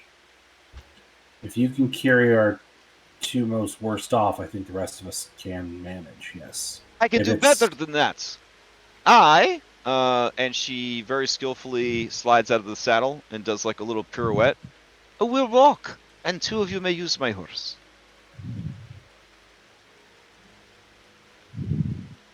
You're very kind. Dan, you should get up on that horse. No response. Yeah. Robin will just kind of like pull him over and like help him up on the horse. Yeah, he goes. Well, hold on. Is your horse gonna just let anyone on it, or does someone need to guide it? Someone needs to ride. She looks back at her horse and she says, Vanilla is fine. It's a good horse. He bites a little bit, but He's a little bit of a slut, you know? He let anybody ride him. And Ismark blows out a raspberry, and he says, Arinya, manners. And she looks at Dan, and she says, hey, listen to me.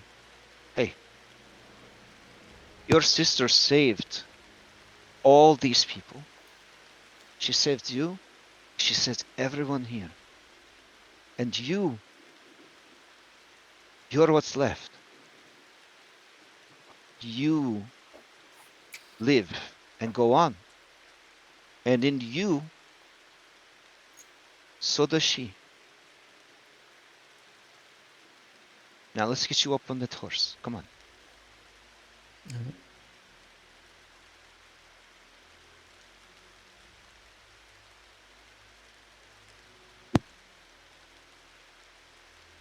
Jason, you should ride as well.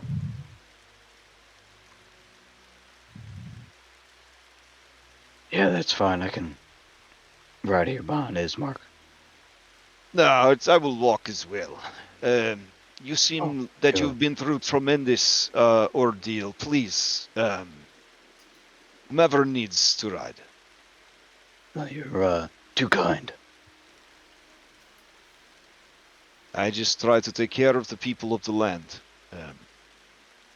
Like my father.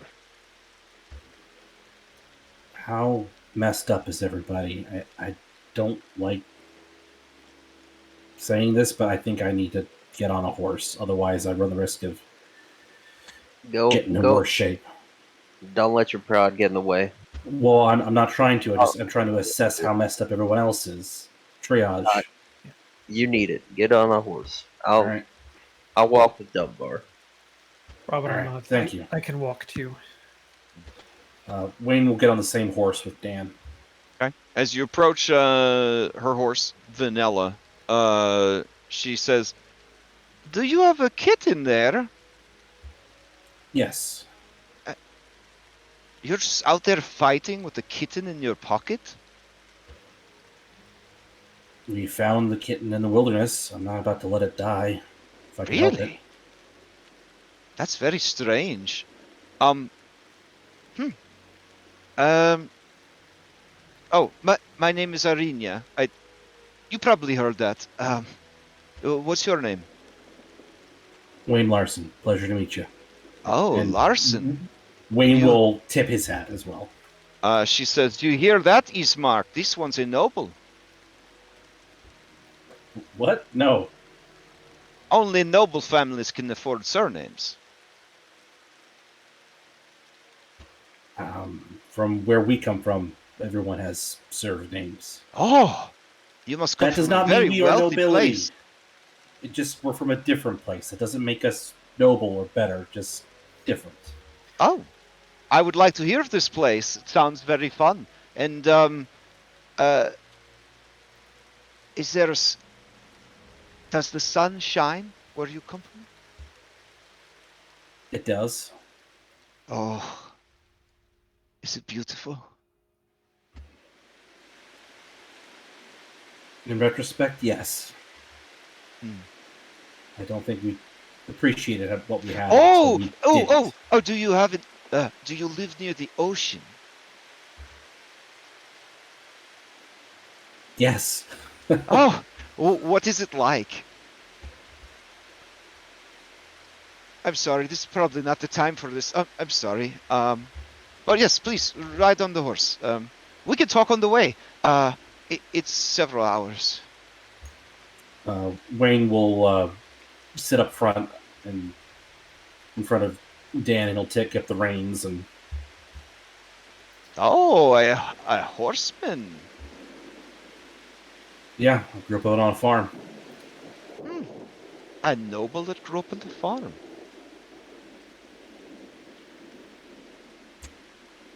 He keeps saying I'm a noble. Ismark We're gonna have to just kind change that. of glowers at you, but not like in a toxically possessive older brother kind of way. Just in a, get on the fucking horse, kind of look on his face. That's I the get on same the look fucking that horse. that's the same look that Chris has on his face. And Robin's gonna, I think, is actually just gonna say, like, shouldn't we just be getting on the road? That thing is just right behind us. Leo, Nah, go yeah. on, pretty boy. Jump on that horse. I know you want to rest those pretty feet of yours. Unless we run into something pretty fast, we should be good. Oh wait, no, we don't have enough horses for everyone. Ugh. All right, well, you need to be careful. Everyone needs to be on guard. Keep your eyes open. Even the daytime hours on the road can be dangerous, but the road is always safer than off the road. Remember that.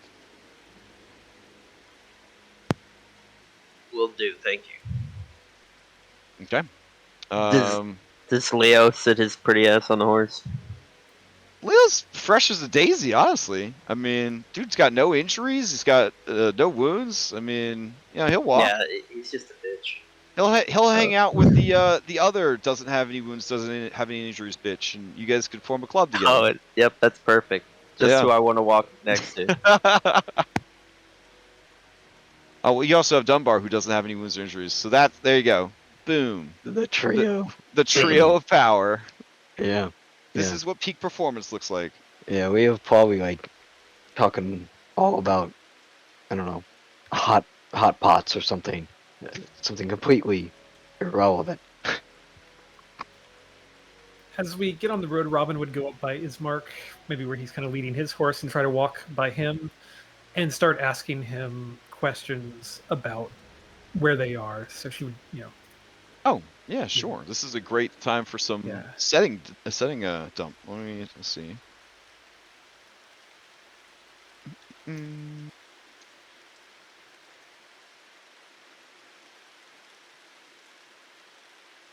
All right. Let's put on some regular ass daytime music.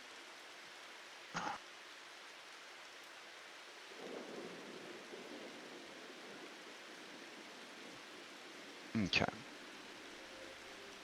It's about as regular as it gets. Okay. So, as you guys are walking along the road, you may ask questions and I will answer them. That will sort of simulate us walking down the road for several hours. So, just throw them out there. Eastmark, you said the road was safer than the forest. Ah, yeah. We've been camping in the forest, assuming that things on the road might be You've dangerous. been camping in the forest during the full moon? Oh. To give you some context, we're not from He here. takes his warhammer and he attempts to touch your exposed skin with it. Do you allow him to? Yeah. Okay. And then, like, he's dousing for treasure. He, like, lets the head of the warhammer kind of lead him to each of you, and he touches each of you with the silver head of the warhammer. Okay, they're clean. Yeah.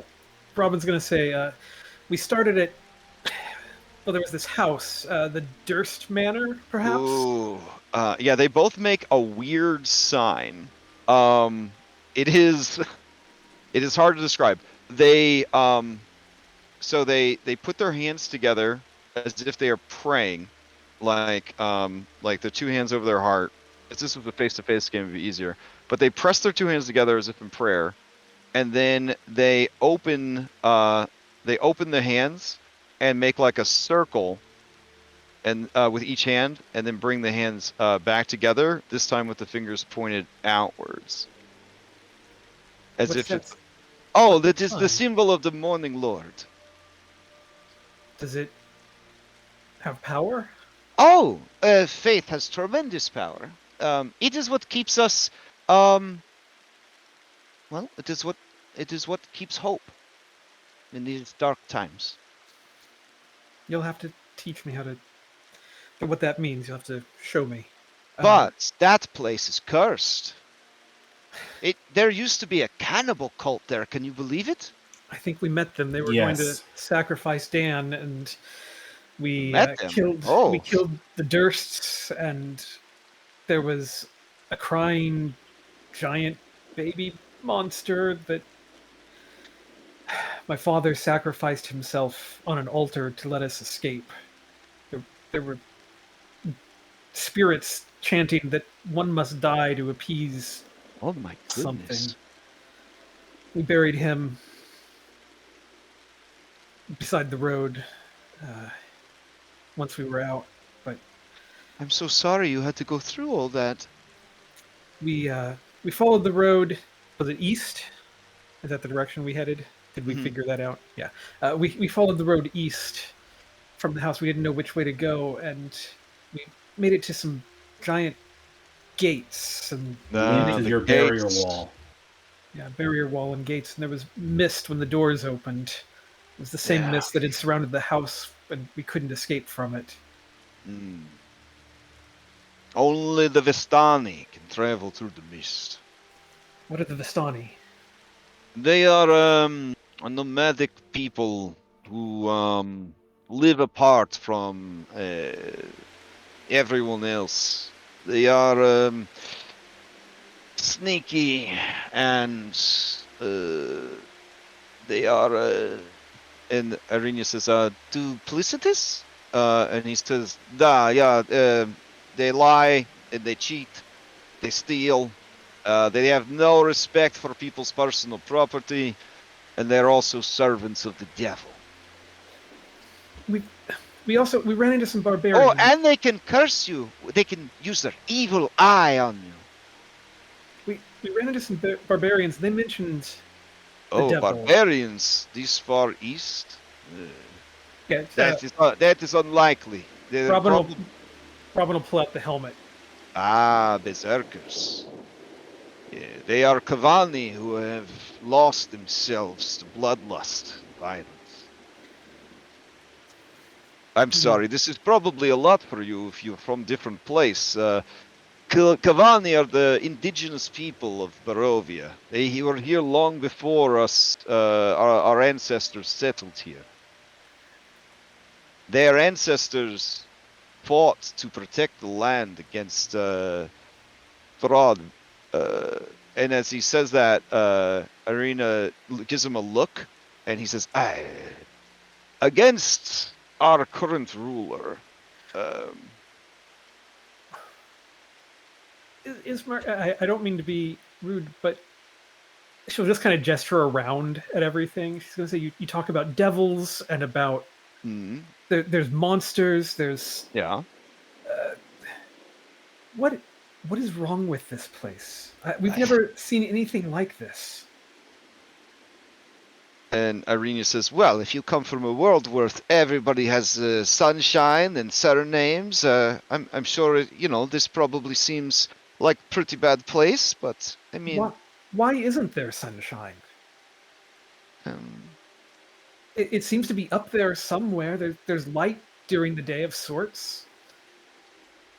There's a moon at night. Eastmark says that is because the Morning Lord lost his great fight against Mother Night and has retreated from the world. He still tries to watch over us, but his powers have weakened and his influence on the world is waning. Darkness continues to consume everything.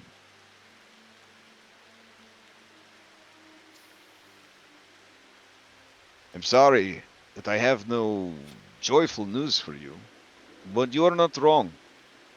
This is a cursed place. And why haven't you all lived? only the Vistani can travel the mists. The mists surround all of Barovia. How do I get back home? You don't. But I got to. Did this Morning Lord leaving? Is that what caused this mist? Who? There? The was it the Morning Lord? Is that what? No, I don't think so. The mists have always been here. I'm not a scholar or a historian. Just it is what it is. Are there scholars and historians in Barovia where we're heading? Is there a university or school? No. Perhaps in Velakai.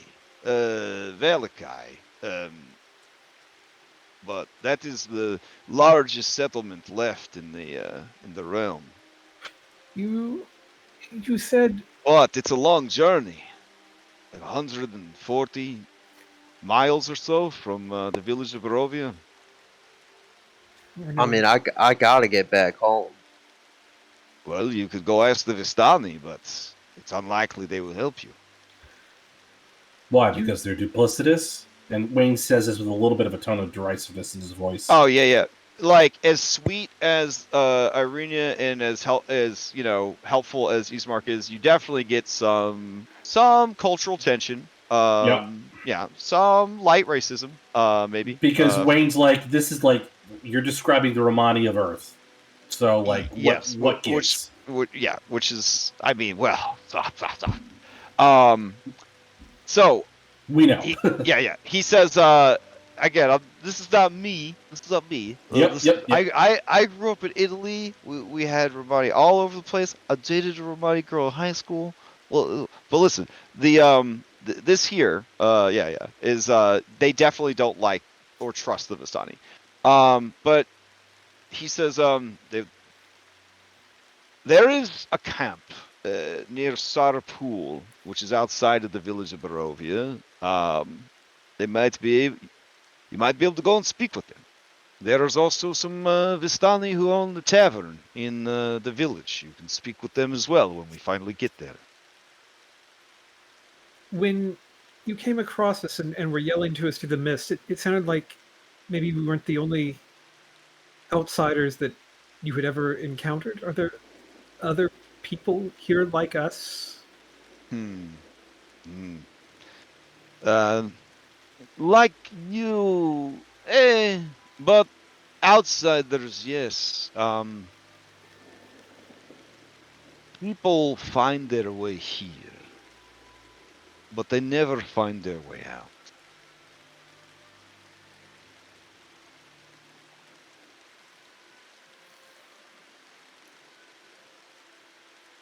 And then Irenia says, about a year ago, there was a wizard. He was very handsome.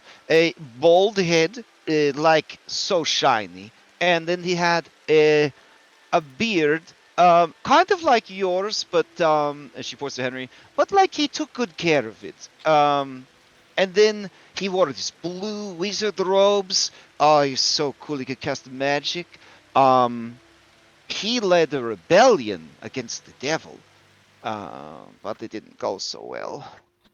Who is this devil you keep talking about? Yeah, you make them sound like It's they're forbidden. alive, they're real. It's just bad luck to say his name. Okay, then don't say their name, but tell us about them. Okay, so this guy, we'll call him Boris. Boris, many centuries ago, he came to this land as a warlord, and he fought the native people and their tribal leaders, and he claimed this whole land, this whole valley, for his family. And then he took the castle Raven. It wasn't called Ravenloft then. It was a castle that the local ruler had built. He took that for himself, and he lives there. Time passed. He's a vampire, by the way. And then, let's see. What am I missing? Anything, Ismark? And he's just like, How does your leader Strahd feel about? Don't say it. Don't guy. say who? What? How does your leader feel about this Boris guy? Forest guy? Boris, you said we're gonna call him. Oh no, Devil. the leader is Boris. It's the same man. He's still alive after all this time. Oh, you don't know what vampire is. Wait, They don't know what vampire I know. is. I so kind of know. You're saying your leader is the You're devil? saying Dumbledore fought Edward Cullen and lost. Dumbledore. That is a silly name. It kind of sounds like a wizard a little bit. He was a wizard. Oh, you know wizards too? Well, I mean, they're not real where we come from. What? But What? Well, we don't really have any wizards either. Everyone who is a practitioner of magic is usually killed. There's like stories about them. Oh, so you might have had them, but you don't have them anymore. Well, they're made up stories. They're fiction. Are you sure? As far as we know, but I mean, since coming here, our understanding of what's possible has definitely changed. Oh. Yes, so to clear up any confusion, the S word you keep saying is also the Boris person that I'm talking about, who is also the ruler of this entire land. Here, look, this is his picture. And she takes out some coins, and they are similar to the coins that you found in the death house. Oh, we got some of those. We found some of those in Oh, that haunted house. This would be that big statue too, right? yeah, Okay, you guys- so- yeah. So we can't say his name. So it's like Voldemort. I got you. So he must stop the Voldemort, name. these are such silly names. Well, you Is can't say Voldemort his also name a wizard? either. Wait, He is. I shouldn't say his name. I'm sorry. What- So this, the V word is No, it's sort of okay. like No. the S word for you? No. Harry Potter said his name, and then everybody said his name. Who? Which one of you is Harry Potter? None of us are Harry I thought Potter. this guy's Okay. name was Henry. No, that's Henry. That is Henry. Harry Potter's a So wizard. your in one of Henry those is stories. Harry your brother Henry? I'm a There are little characters from confused. stories. I'll tell you the Ah. story. Look, if you help us rest up, give me a place where I can treat the injuries of my companions. I'll tell you the story of Harry Potter. how Certainly, he if you have took down coin, Voldemort. you can just get a room at the inn when we finally get to the village. We don't have really anything. We have some We coin. have a little bit of coin that we found. I have this, and she'll pull out that eye patch with the carnelian stone in it. We have a few things to trade, perhaps, but we only She came looks with. at Ismark, and Ismark looks at her. He shakes his head no, and then she makes a sad face. Wait, what was that about? Nothing. Keep going. You have an eye No, patch. it's That's nice. not nothing. What we take pity on us. We are strangers in a Take strange pity. We land, saved your lives while you were fumbling in the clouds. and We're we are very- but babes in the woods. Could you please give us a That's little a good bit more one, guidance babes in here? the woods. Yeah. She was asking me with her bushy eyebrows if you could stay at our house, and I was saying no with my stoic face I understand that you wouldn't want. What? because we don't know you. Wait, Well, wouldn't you then not allow like us to get to know strangers? one another, and we can prove our worth to you. Well, why don't you stay at the inn for a while, and then we'll see how things go, eh? You're rushing into things. We just met you. You already want to move in together. Yeah, Robin's going to swiftly turn and look at Wayne. She's going to say, Wayne, the last time you spoke up to one of our traveling companions, look how that turned out. Shut up for a little bit. Listen, I'm trying to manage our resources here. We don't have that much coin that we found. If they're willing to be hosts, we can let them host us. We'll pay back in labor in kind. He just said that they're not willing to be hosts. Arena says, see, they can pay back in labor. What can you do, Wayne? I'm an entertainer. An entertainer, like a bard. See? Ismark, they have stories, they have bard. It'd be pretty cool. It would make father so happy, huh? To have company. And he just dourly stares at her. And he says, they stay at the inn. And we'll see. How I'm much is sure yen Father usually? and I will easily find work for people as talented as you are. Don't worry. You will not be short of coin as long as you provide use. If we can heal up a bit, we can work. Till we can figure out how to get home. Excellent. Well, Father Donovich will be able to take a look at those wounds. He is a local healer. He used to be able to call upon the Morning Lord's powers to provide magical healing, but several months ago he seemed to have lost that ability. Well, maybe I could help him out. I know my way around a medicine kit, and needles. Certainly. All right. So as you guys kind of talk throughout the day, you kind of see off in the distance the forest fades away, and you see there's some farmland. It definitely looks like farms straight out of Tim Burton's spooky farm calendar. You know, like stock photos. Like they're all this. You're gonna get murdered at these farms. The scarecrows are gonna gouge out your eyes. They're growing dead bodies. Like these are all. Everything here is Halloween Town. Like it just seems to be the aesthetic. The best way I can describe it is they were given a choice of making things look okay or making things look spooky, and their instinct told them make it spooky.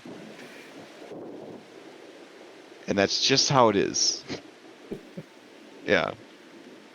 But they talk to the farmer, and apparently they pay him some coin, and then you guys are all allowed to stay in the barn.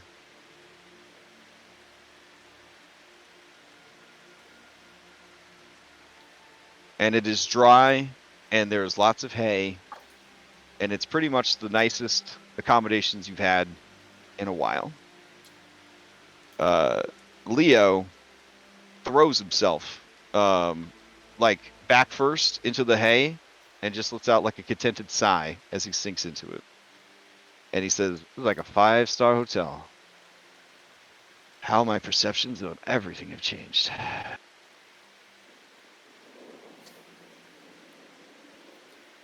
Robin's going to also just say, I hate to be any more of an imposition than we already are. Don't happen to have any food. Some of us haven't eaten for a couple of days. Oh, food? Oh, there's a lot of you. You know what? I'll go ask the farmer's wife if she could make some food. I'll be back. Just wait here. I'll be back. And she rushes off. And you see Eastmark smile, watching her go. And then, if anybody notices him smiling, he immediately turns back to his most dour expression.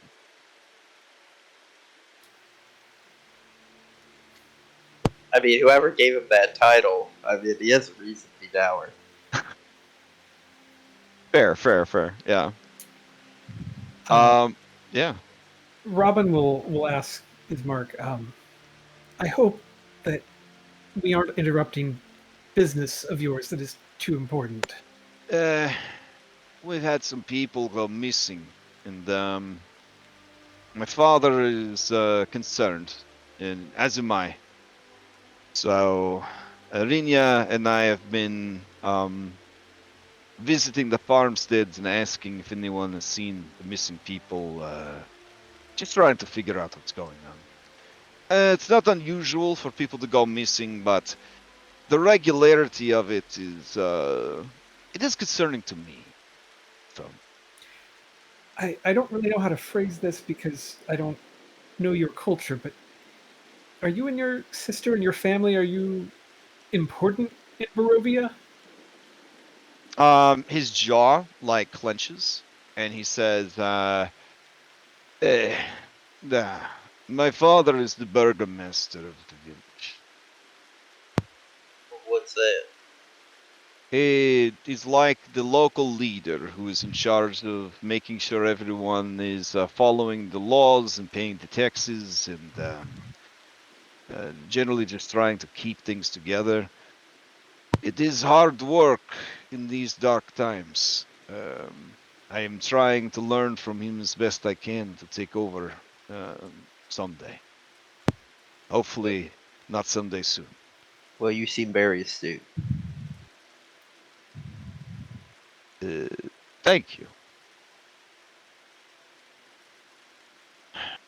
I apologize for, I guess, for these lands. If I had my way, they would not be so cruel and so dangerous, but there's little I can do. The village has been taxed to the point of poverty. We have but one store remaining, and the snake who runs it is greedy, corrupt. My father has bankrupted our family by floating everyone else through these hard times. No one can repay him. No one will repay him. Yeah. But what do you do when And then all there's the the boys are shot? zombies and just so Zombie? much. Yeah, we have a little bit of a zombie infestation. It's become such a chore to kill them that we've just been using the vacant houses to sort of pen them up. Can't bring myself to burn the houses down because it just feels like I'll be losing more and more of the village each time I do.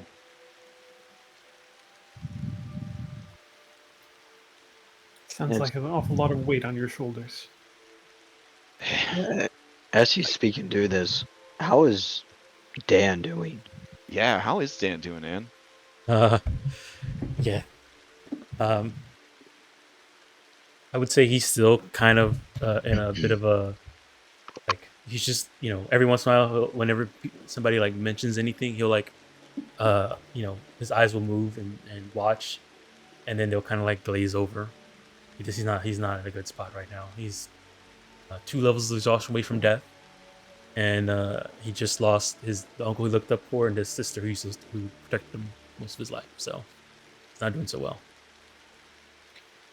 I think Jason would kind of come over to him and kind of like, kind of lay in the hay next to him and kind of let him know, like, I know you're going through unspeakable events. Take the night to mourn. Tomorrow, when you're rested,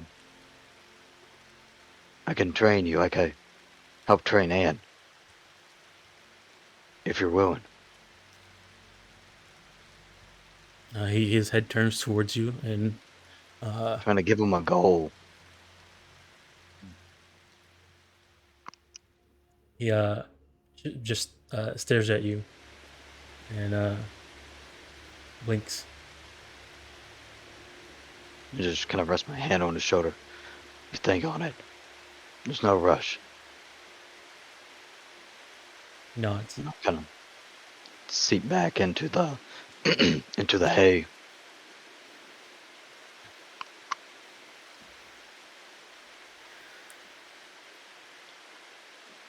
Good news, everyone! I hope you like porridge! And she's just carrying a huge, like, soup pot, with, like, oversized, pot holders.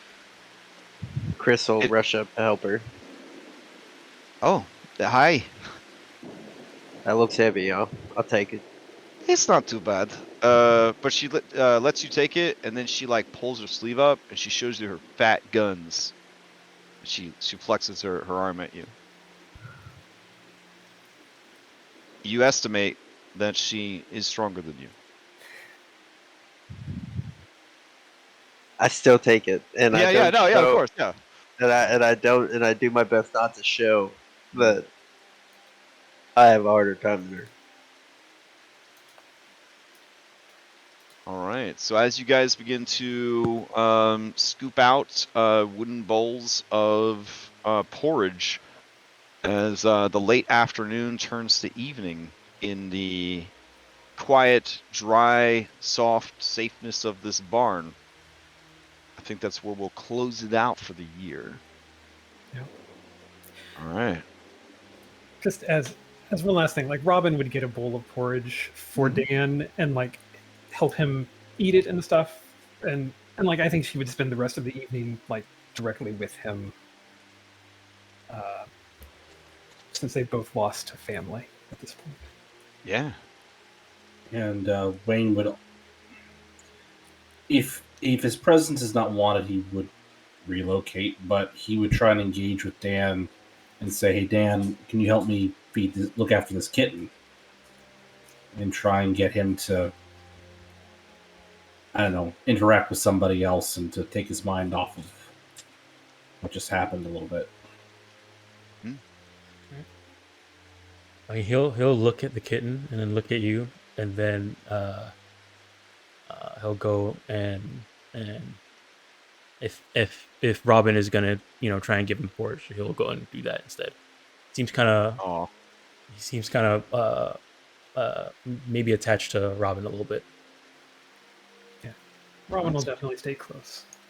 All right. Wayne will go someplace else in the barn. Chris will. I forget her name, and it doesn't show now. Chris will. Arena. Chris will give Arena a very horrible rendition of Harry Potter and tell her the story.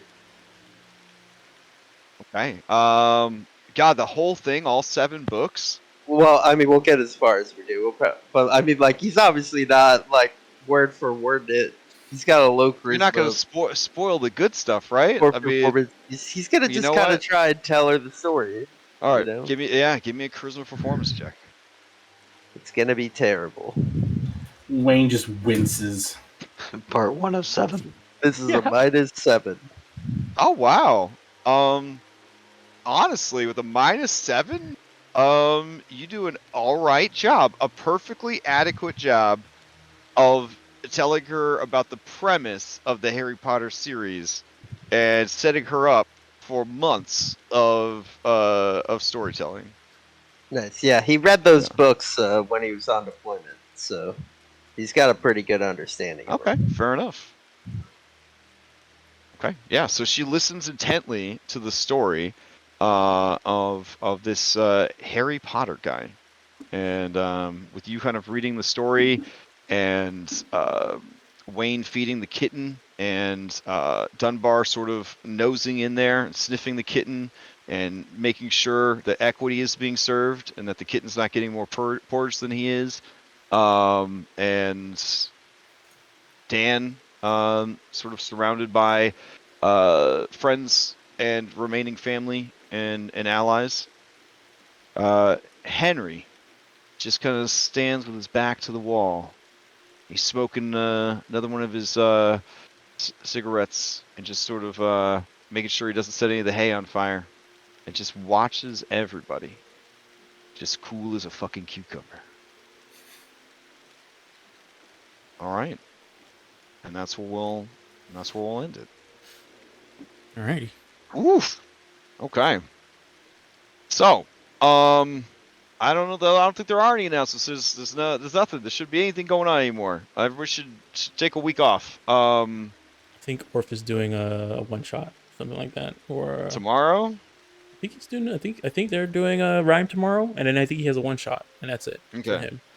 So Orf's got a one shot next week, and then he's got rhyme tomorrow. We got no Crash Gym games until next Saturday.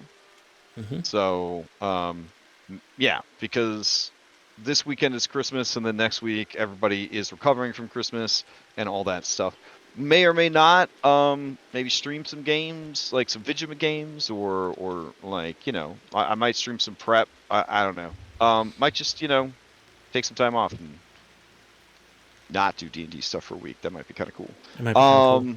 Yeah, it might be kind of cool. Who knows? Maybe you get something awesome for Christmas, and you're like, I'm doing this for Mm. a couple days. Well, I mean, yeah.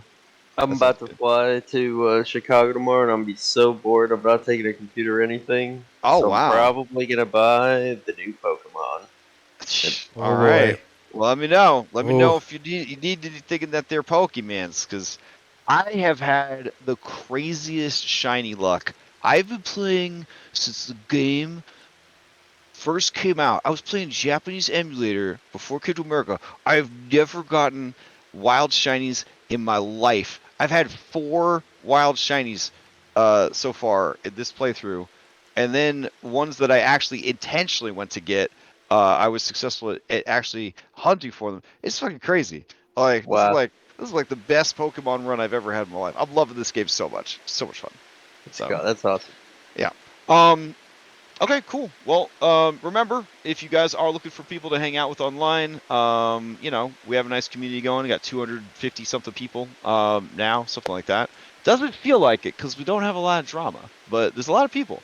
So if you are looking for people to do stuff with, hang out, play games, definitely do that. And I hope everybody enjoys the rest of this year. and I look forward to continuing this adventure in the new year. All right. All right. 2023 is our year, damn it. Yeah. Voldemort's coming down. And on that Go end, later stream. Take care. Happy New Year. Happy holidays.